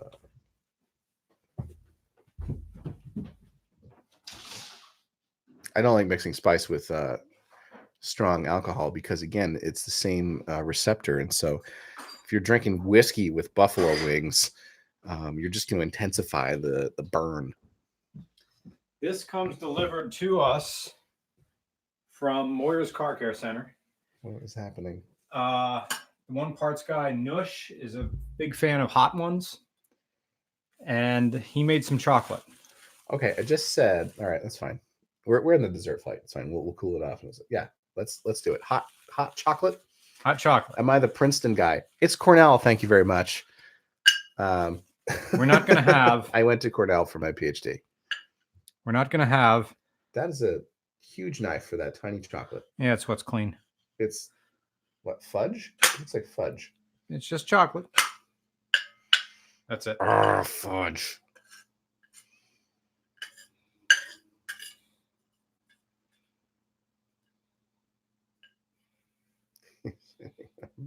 Asshole. Are you comfortable licking a knife? Or do you prefer something else? Oh, what if I lick my That'd finger? Be fine. And all right, so this is very, very hot chocolate. Very hot chocolate from Nush at Moyer's Car Care Center. Yep.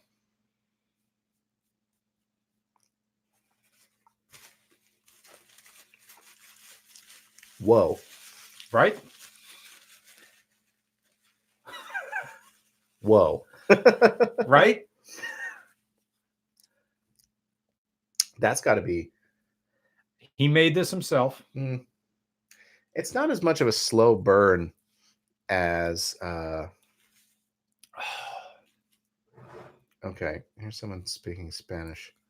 Woof.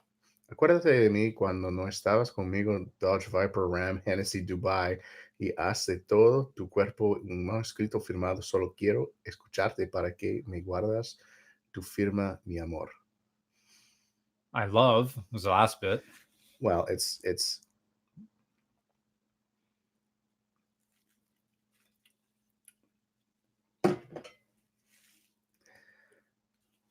Woo! I don't quite understand.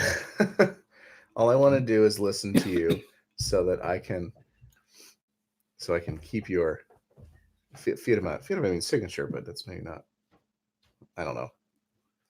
Too drunk to speak Spanish right now. There's a sweet spot for me to speak Spanish. It's about 3 or 4 beers. But right now we're well past that. But I think I read it okay. I read it out loud. All right. Okay. It's Spanish copy pasta. Oh, okay. El copy pasta. Google Translate. Remember Make when you weren't with me? See, I told you signature. I did as the same as Google Translate, but I think there's another layer to that. I love brocladic. Meat butt. Meat butt.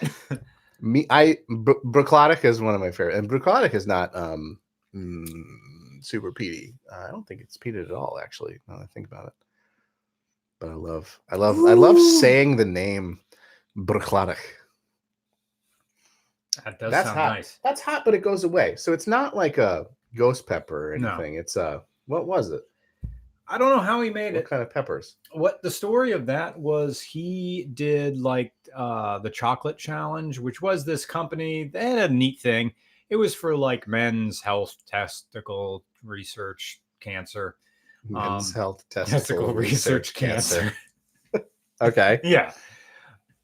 For $40, you get 1 piece of chocolate, and then you Instagram yourself or social media, hashtag it this, that, hey, you support men's health doing and this. It's like a spiced hot chocolate. Yeah. And he said, that was pretty good. That's not hot enough. I'm going to make my own. So we did. Woof. It's kind of weird hit of the old. Oh, the Should burn. we do Boilo first or Boilo last? I have 2 more. 2 more. I have Boilo and another thing. You know what? If I'm then I'm going to drink too much Boilo. So let's do Boilo now. Boilo now. Then I have to heat it up. All right. So you can answer car questions while I go heat up the Boilo. Okay. Want the last bit of this chocolate? No. It's fine. I know, right? So Tom needs to heat up the Boilo because Boilo is served hot. And thank you for watching this regular whiskey reviews. What do we got? Jera, I'm drinking water. All my alcohol is stashed away while we get the kitchen redone. Oh, good move. I'm just gonna go look at my phone because it's a little bit easier than bending over looking at the computer. RCR Buick Regal question. I own and store one. Is it worth keeping? Is it the supercharged Regal or is it just the regular one? You know, I mean, my short answer is no. They're reliable transportation if they have the 3.8 V6. But other than that, not really. I don't think so. Mr. R, is there an address I can send you hot sauce? I love hot sauce. But I don't have a PO. I don't have a PO box. I thought about doing it, but I feel weird about people giving me free stuff. There are other YouTubers who do it, but I kind of. So no, there is no address you can send hot sauce at. my friends don't get that, and they're always hungover. Well, I'm always fine the following morning. I guess they're talking about water. There's that Spanish copy pasta again. If you like hot sauce, go to a place in New Hope, Pennsylvania. No, I was just there this past summer. I have one that's coming on through Amazon that I had at Betty's Burritos, which is a place in Kutztown. Liked it so much, I took a picture of it and ordered it on Amazon.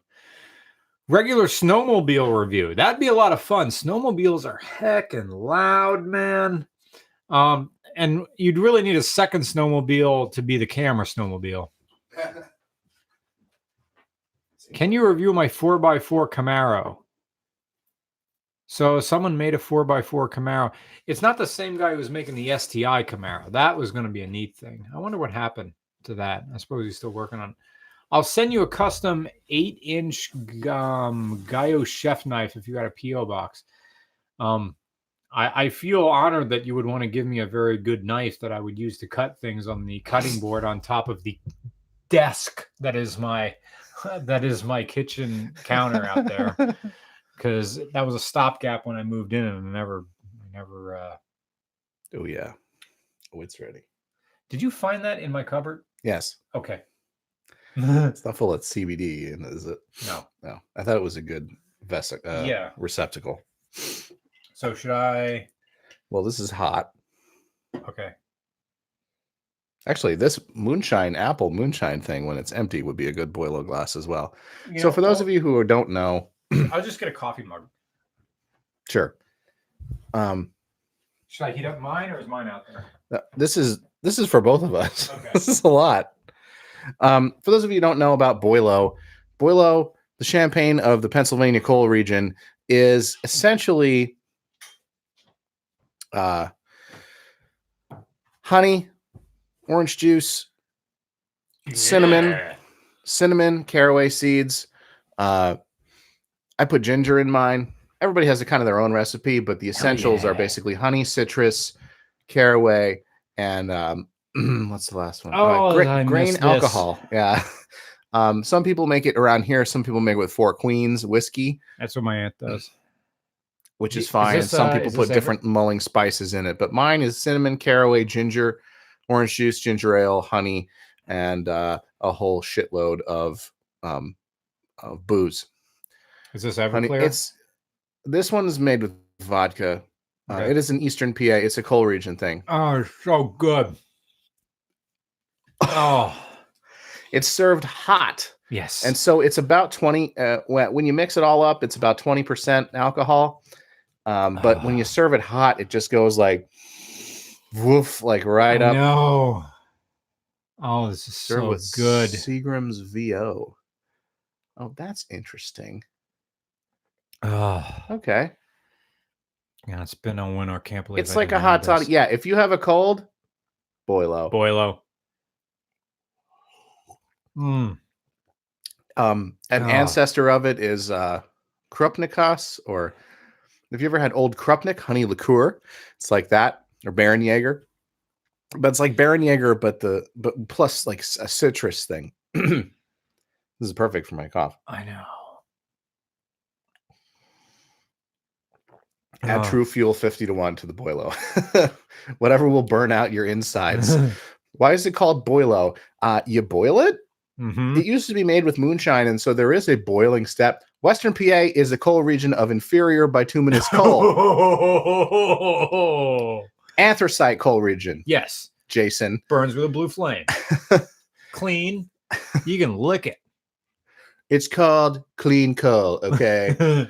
Anyway, so there is a boiling step, and I think that the boiling step is from the fact that it was used with moonshine. And, you know, you're getting moonshine from whatever tickle down the block. And it's, you know, boiling it probably boiled off some of the bullshit that you don't want in there, the heads. Right. Regular coal reviews. So I'm a fan of like mine. drinking I put a hugs. lot more ginger in it. yes, I think the ginger closest is thing, if you've good. never heard of it, it's like a hot toddy, but maybe with like some orange and also honey kind of action. But it's and the hot angle is interesting, right? Regular peat reviews. Gosh. Tennessee Legend moonshine. I mean, yeah, you can make Boilo with moonshine, and actually I should do that sometime. I should just get some of the legal moonshine. Yeah. Like, I'm not gonna go get a plastic gallon jug that's Yeah. buried under a something, but like we make it with I'll leave whiskey it but by no the cinder citrus. blocks Call it under a the hot toddy. highway sign. Yeah, I think the citrus and the honey really differentiates it. There's a pound of honey in a batch. Yeah. Can it be drunk cold? How different is it cold? I think it's very different because you need that like like when you drink it hot. It's very thick when it's cold. Yeah, it's very syrupy too. There's a lot of sugar in it, like a lot. Well, I just said there's a pound of honey. There's also like a half a bottle of ginger ale, and so quite a bit. That'd be a thing sugar for in me. there. Like I could try to replicate the Tom recipe. I tried it once before. The Boilo recipe was were the favors at my wedding. Actually, we gave out the recipe to everybody because we had an hour of the wedding where people were smashing plates and drinking Boilo, and it was like a whole thing. Yeah, it's a long story, I guess. What, you boil it? Like won't that remove the alcohol? Not all of it. I thought you were a whiskey nerd. No, you just boil it for like 2 minutes. It's just to get all the ingredients together, and you basically have one. It's not going to boil off. You don't boil it forever. Yeah. You just get it hot enough. Yeah. If you're like my grandfather, you keep the lid on it because he goes, "You're gonna burn off all the alcohol. God damn it!" If you keep the lid on it, but then the problem with that is if you take the lid off, all what's on the lid is all alcohol, and so that will drip down onto your stove if you're not careful, and that could. It's happened before. Light it on fire. If that happens, you just go, just put the lid on, and it'll just burn off. But sounds like getting drunk with more steps. No, it's a Christmas, it's a holiday thing, and I highly recommend it. It's the thing that makes cold country parties like over the holidays like 10 times worse because you're drinking your normal amount. You're drinking your whatever. The Beast Light. Yeah. But you're also someone's coming around with a cup. Yeah. With a thing of Boilo and filling your tiny little shot glass with yeah. Boilo. And so you don't it's so easy to drink. You don't just sit and drink Boilo. If you're only drinking Boilo, then you're at a bad spot because it means that like that's going to be a very bad night for you. But it's usually just a supplemental drink. It's a sidecar. Yeah. And it's a very intensely alcoholic sidecar. Oh, so man. If you're just if you have a side Boilo with all the normal drinks that you would drink, that's when you wake up and go, oh shit. Yeah. Also, it's full of sugar. Yeah. I'm glad I made it. And sugar just accelerates your hangover. Sugar, yeah. I think there's theories out there about if you have a lot of glucose, you stimulate a huge insulin spike, and then in the morning when you wake up, you're completely depleted because you've pushed it the other way. Like you had so much blood glucose, you made a lot of insulin, and then your blood sugar goes way down, and that's why you feel like shit.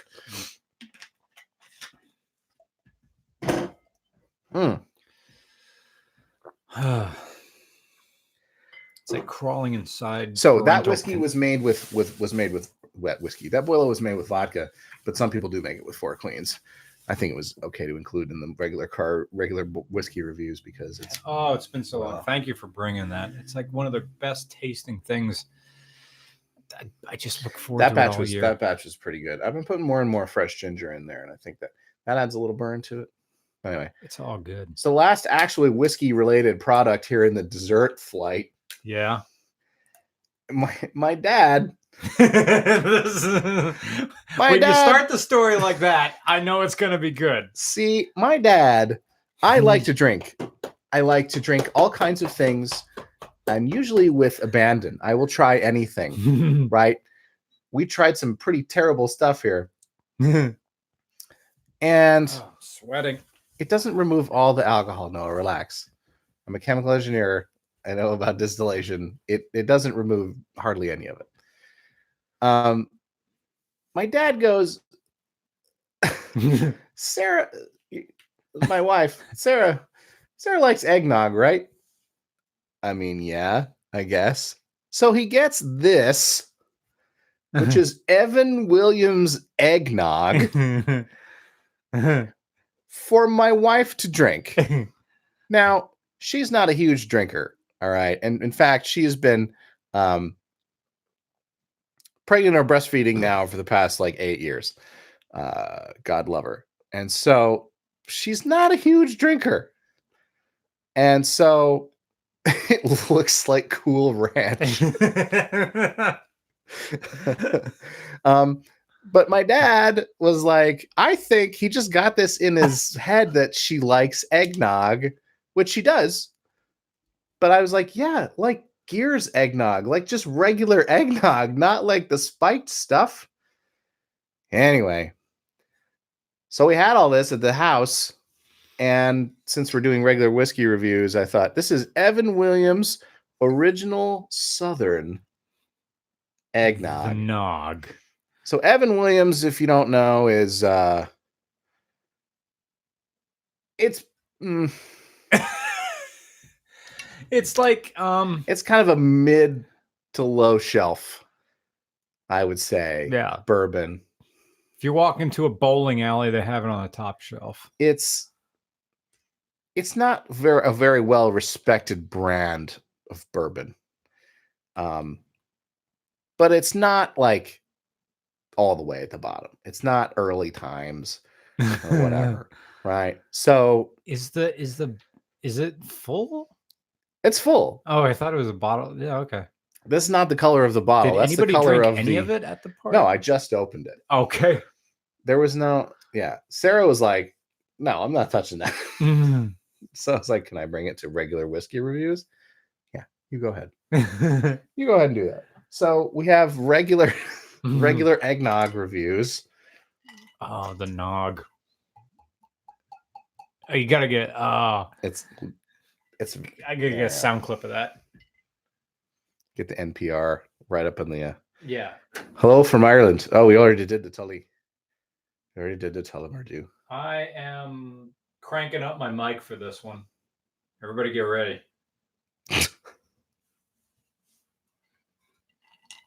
Listen carefully.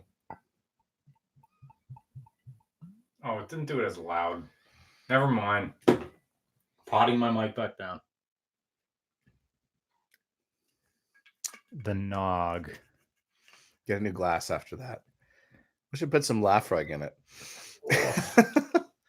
It's cheap. It's what I buy. Eggnog ASMR. It's fine. Yeah, it's fine. It's fine. It's eggnog. Jazz it up with some nutmeg. No. Yeah. Have you guys ever had breast milk eggnog? No, but it sounds like you have. Booze nog. God love your woman. She's there with the pump. They're going. It takes a long time to get 1 ounce of breast milk out. So I feel like, unless, some people make a lot and they don't know what to do with it. All right. But I don't know. Breast milk is quite sweet. It has a lot of lactose in it. So does it now? It would probably be fine and for an eggnog. Never had eggnog. No idea what it is. Where are you from? Eggnog. Joshua Miller. Eggnog is basically cream and egg yolks. Well, as it is, you ever want to drink pancake batter? Eggnog, as she is traditionally made, is like cream and egg yolks and sugar and nutmeg and other holiday spices. It's a very creamy dairy drink. Yeah. I bet a man nipple will get more views.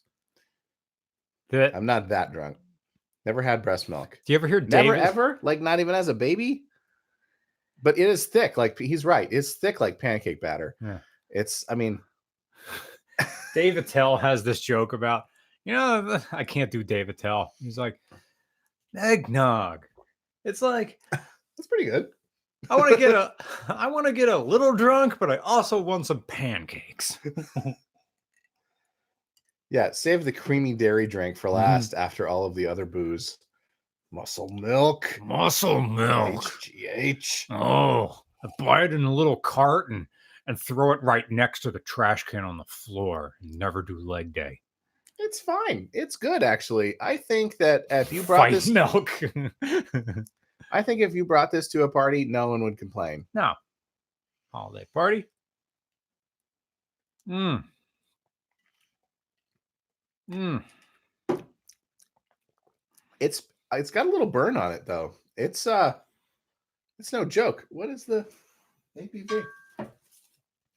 Y'all need to try that Pennsylvania Dutch eggnog. No, I saw that at the state store today. Oh my God, I'm doing a podcast right now, and we got eggnog for skiing and also Boilo. I got to make Boilo. It's 15% the eggnog, so that's not too bad, but it does have a little zing to it. Paint thinner in it. I'm sure no eggs were harmed in the making of this eggnog. This thing is probably like 20. It's shelf stable, right? It's like that malt I sent you. Remember that? Oh yeah, from Alaska. Stabilized milk. Oh yeah, that's ultra filtered. Yeah. Is that how they did it? Ultrafiltration, yeah. I was curious because when we stored that in the school, we just stored it on the shelf. It wasn't refrigerated. Better hurt those. Well, TTB. So interesting fact. Booze, anything with alcohol in it is regulated by TTB, not FDA. So you're not required to have nutrition facts on alcoholic beverages. So no one knows what the calorie content is, especially these beers.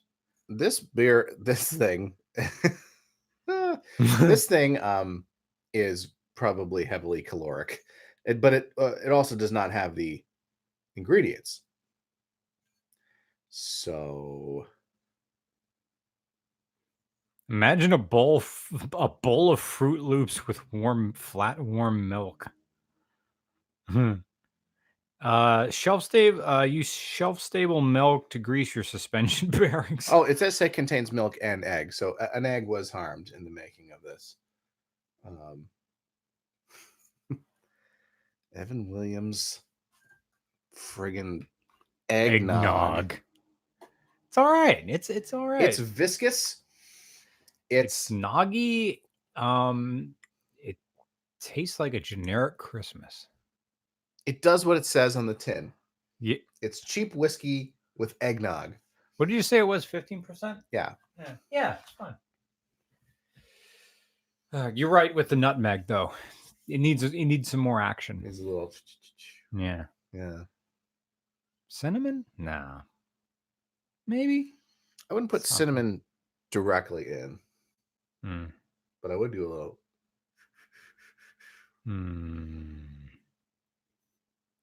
Cornell bra. Highly caloric. Cornell bra saying alcoholic drink, highly caloric. Yeah, this one's also made with cream, though, too. Yeah.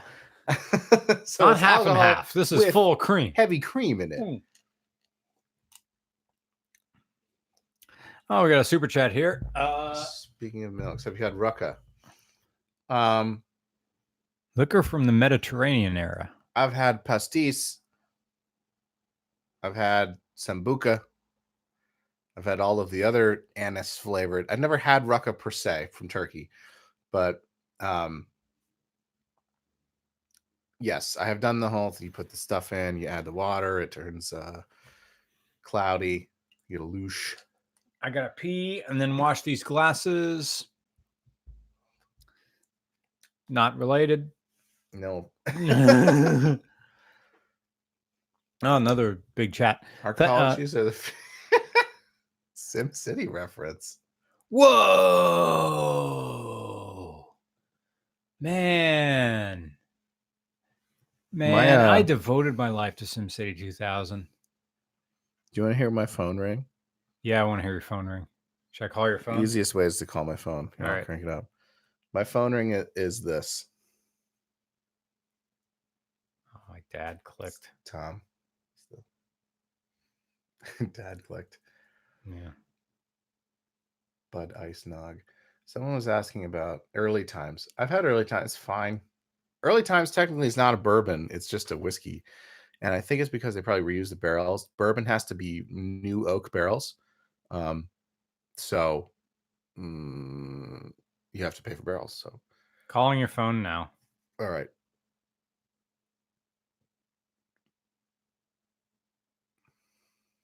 Four Roses is good. Four Roses is one of my go-tos for bourbon. Ow. Trying to turn up the volume and I screwed up. Calling your phone now.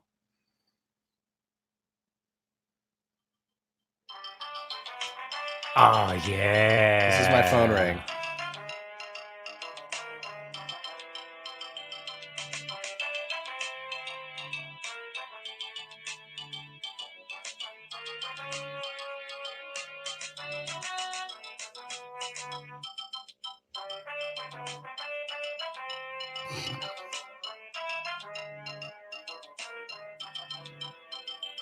You should play this in marching band. That is the theme when you're designing a city. Yeah. When you're setting up your city, like what the taxes are going to be and stuff in the SNES Sim City. Early times doesn't taste like a bourbon. It's watery, so it's hard to tell. Yeah, no, it's technically not bourbon. Absinthe also does weird things when you add water. One of my professors at Johns Hopkins, where I went to undergrad,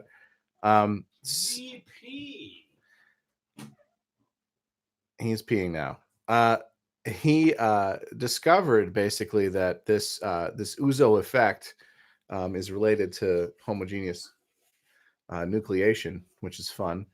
And but basically, yeah, water plus oil, which comes from the anise, plus alcohol makes this colloidal system once you add water. So pastis or ouzo or Johnny Hopkins. I know Johnny Hopkins. Johnny Hopkins on the Victory is our fight song.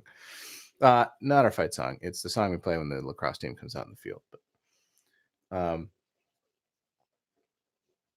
it's the ouzo effect. It's because you get these little micro droplets of oil that are suspended very rapidly, and it's the same reason that milk is milky. It's because those are micro droplets of fat, right? They scatter light, and so same thing happens with pastis or ouzo or absinthe or rucka or I'd never been drunk. I got drunk at Johnny Hopkins a lot. Like a lot. I'm tying my drawstring. They scatter light.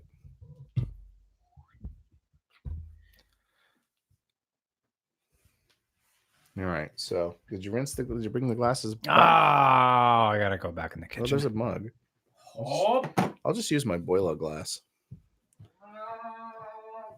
I'm going back to the Laphroaig. Yes, early times mint juleps are the official drink of the Kentucky Derby. That's how I found out that early times is not officially a bourbon. Which seems weird that the Kentucky Derby would do that, but probably paid them a lot of money. Also, if you're putting in a mint julep, who gives a shit, right? It's full of sugar and mint. Tastes like abusing a horse.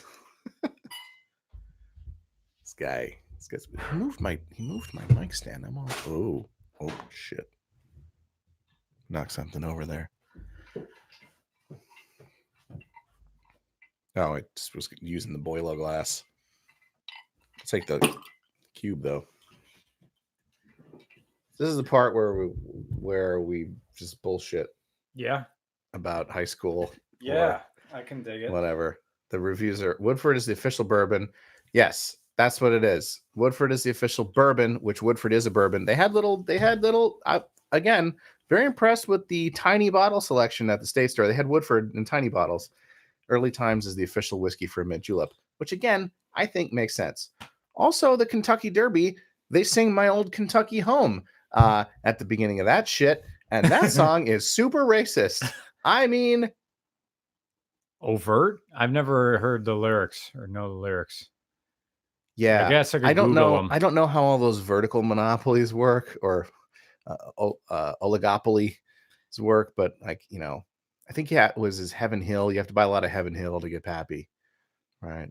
I think that's the way. Do I have time for another scotch? I'm having another Hey, scotch. I'm having Rachel's another Nat, can Laphroaig. DJ Double Lunch tell the Tom wedding story? Well, I already told that wedding story at one time on a future like RCR stream.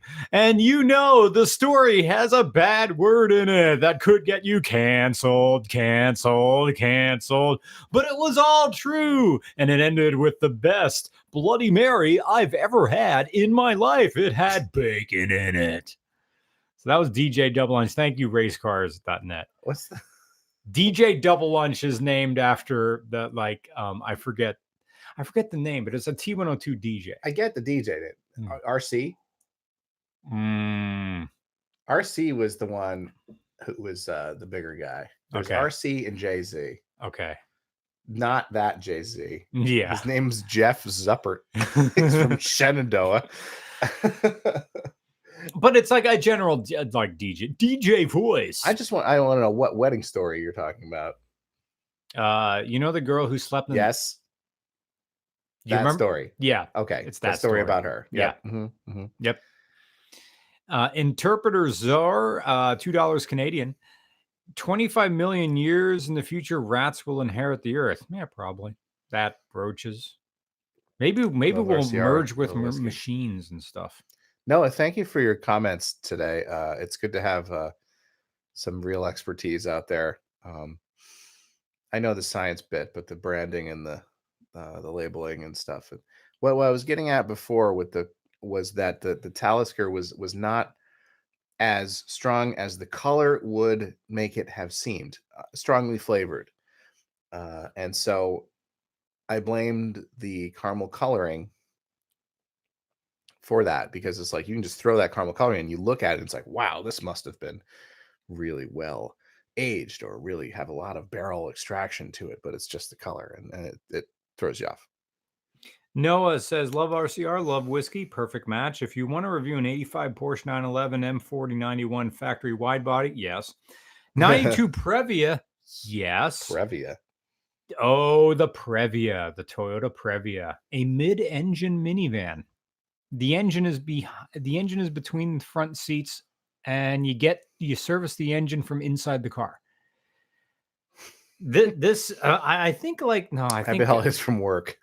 Cheers with water. And a 97. Send me an email, regularcars@gmail.com, about your Previa and Porsche 911 wide body. Be your make, model, city, state in the title of the email, and I need a phone number in the body of the email. I mean, no guarantees that I answer the email, but I do log everyone's formatted correctly.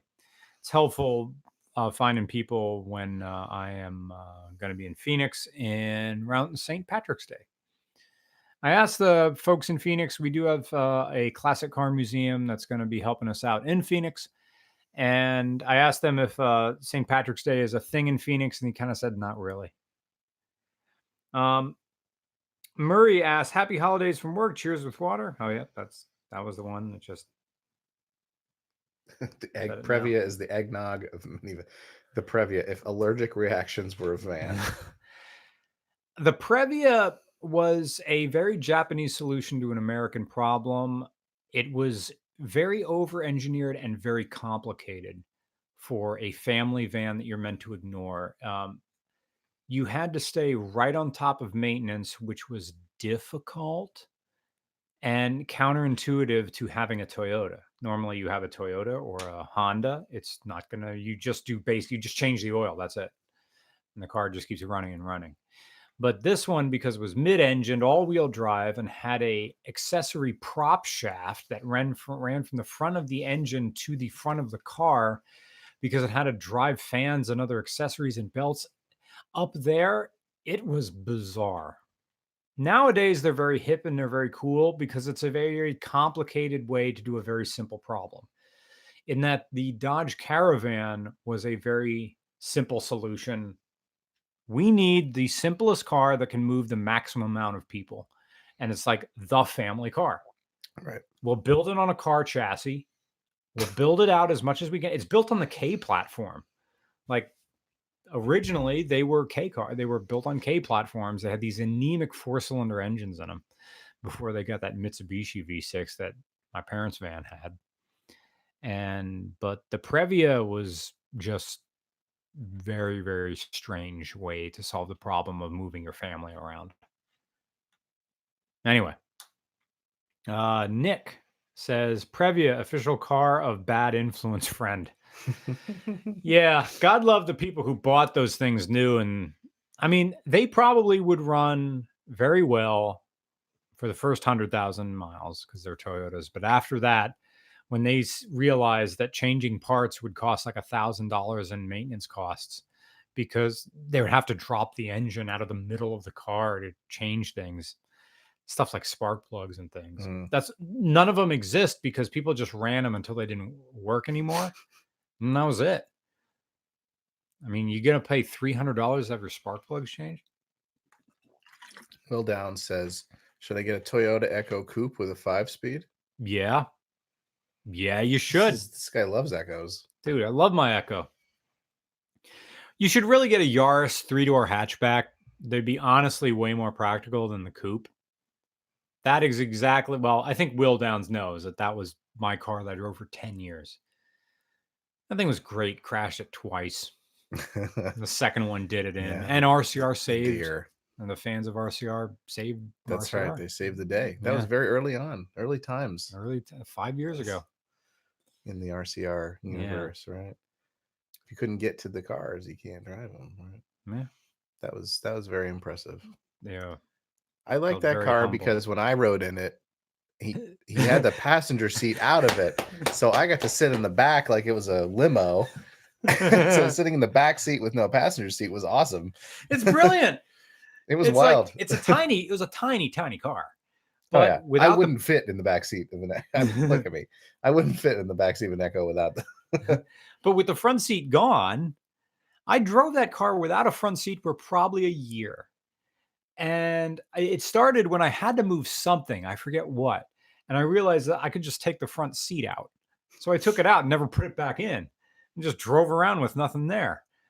And then you and anybody else sat in the back of the car and just millions of leg rooms. Like, this fan freaking tastic. That was nice. Man. Oh, well.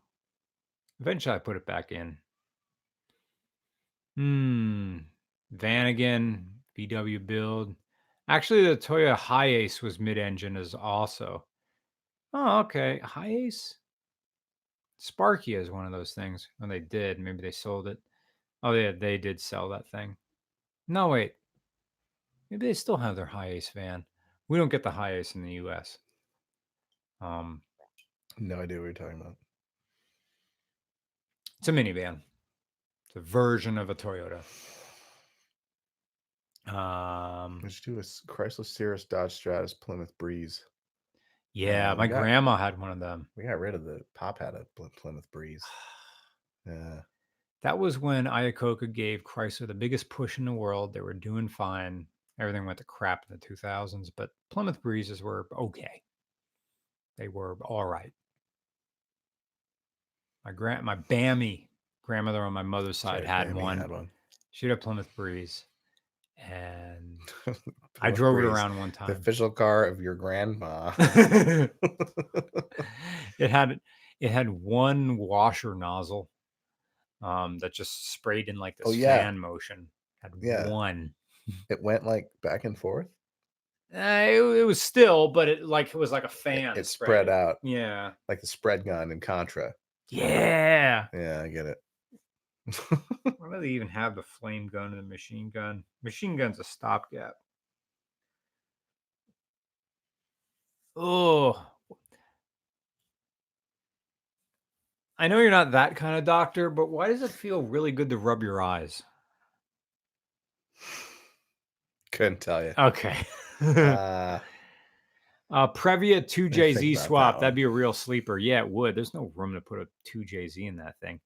Fun fact, some Hiaces got the 2TRFE. What is the 2TRFE?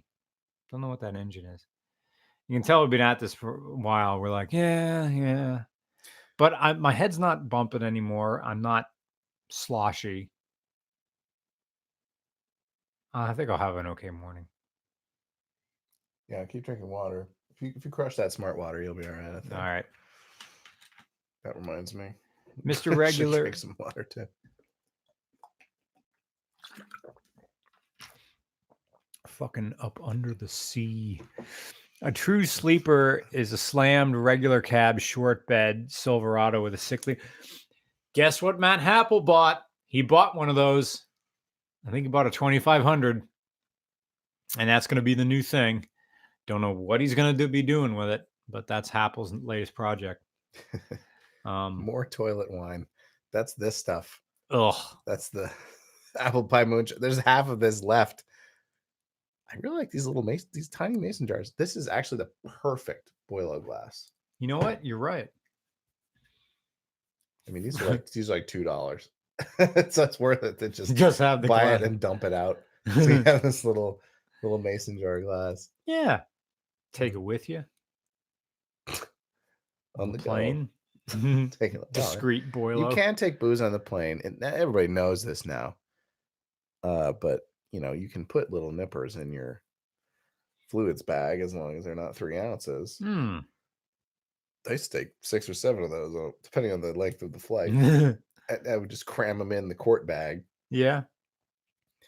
That's when I discovered that Tanqueray Rangpur gin and cranberry apple juice from the plane makes an outstanding cocktail. Really? Yeah. Tanqueray Rangpur is like the lime one. Yeah. And the cranberry apple, it's... What flight from where to where did you discover this? Oh, wow. I don't know. You can take booze on a plane if it's... I mean, not legally.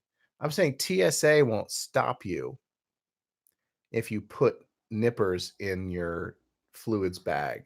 And by nippers, we mean these little guys. These airline bottles, right? But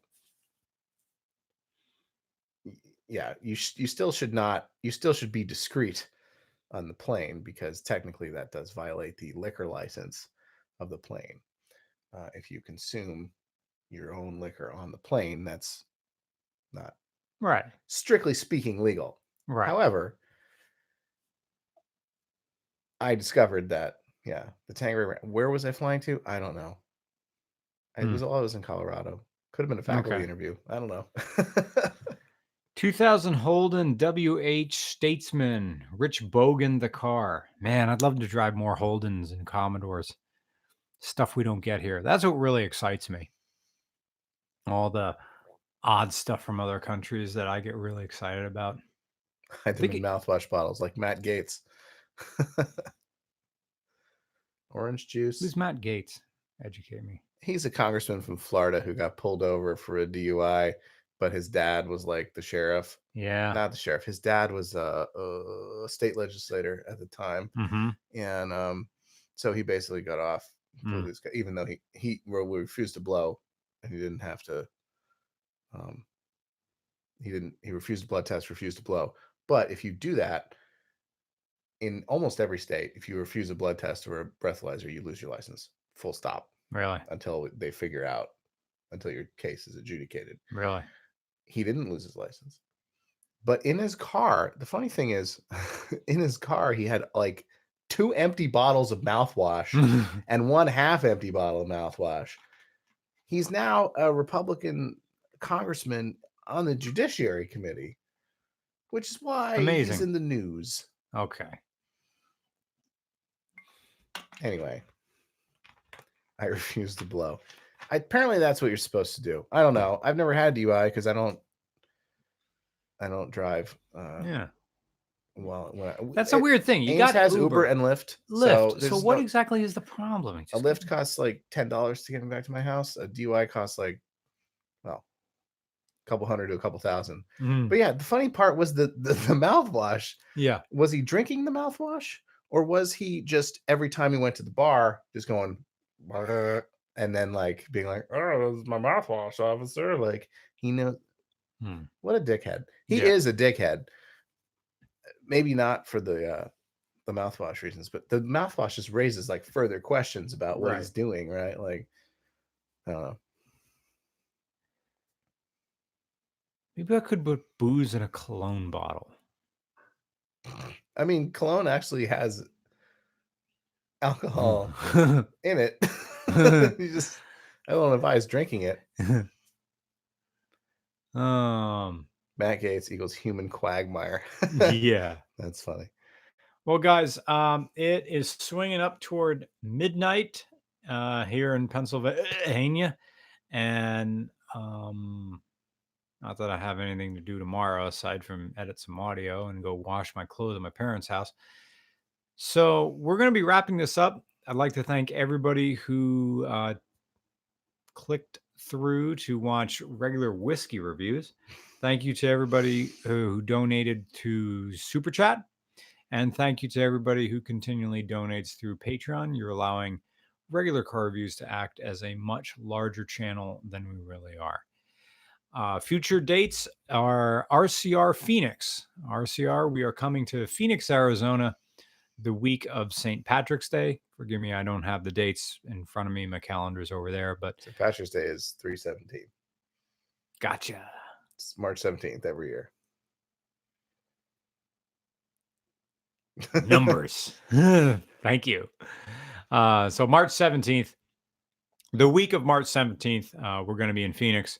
Will there be an RCR meet? I want to. We just have to find a venue. Hopefully the car sort of consignment shop where we'll be working with may help us out with some places to have a car meet. More news on that when the time comes.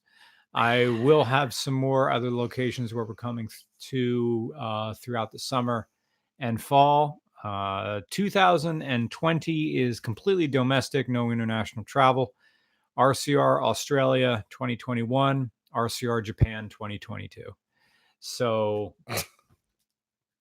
wow. Awesome. Thanks. The Japan one is going to be new. It's going to be the first non-speaking I think English. there's going to be a little culture shock there. I think so.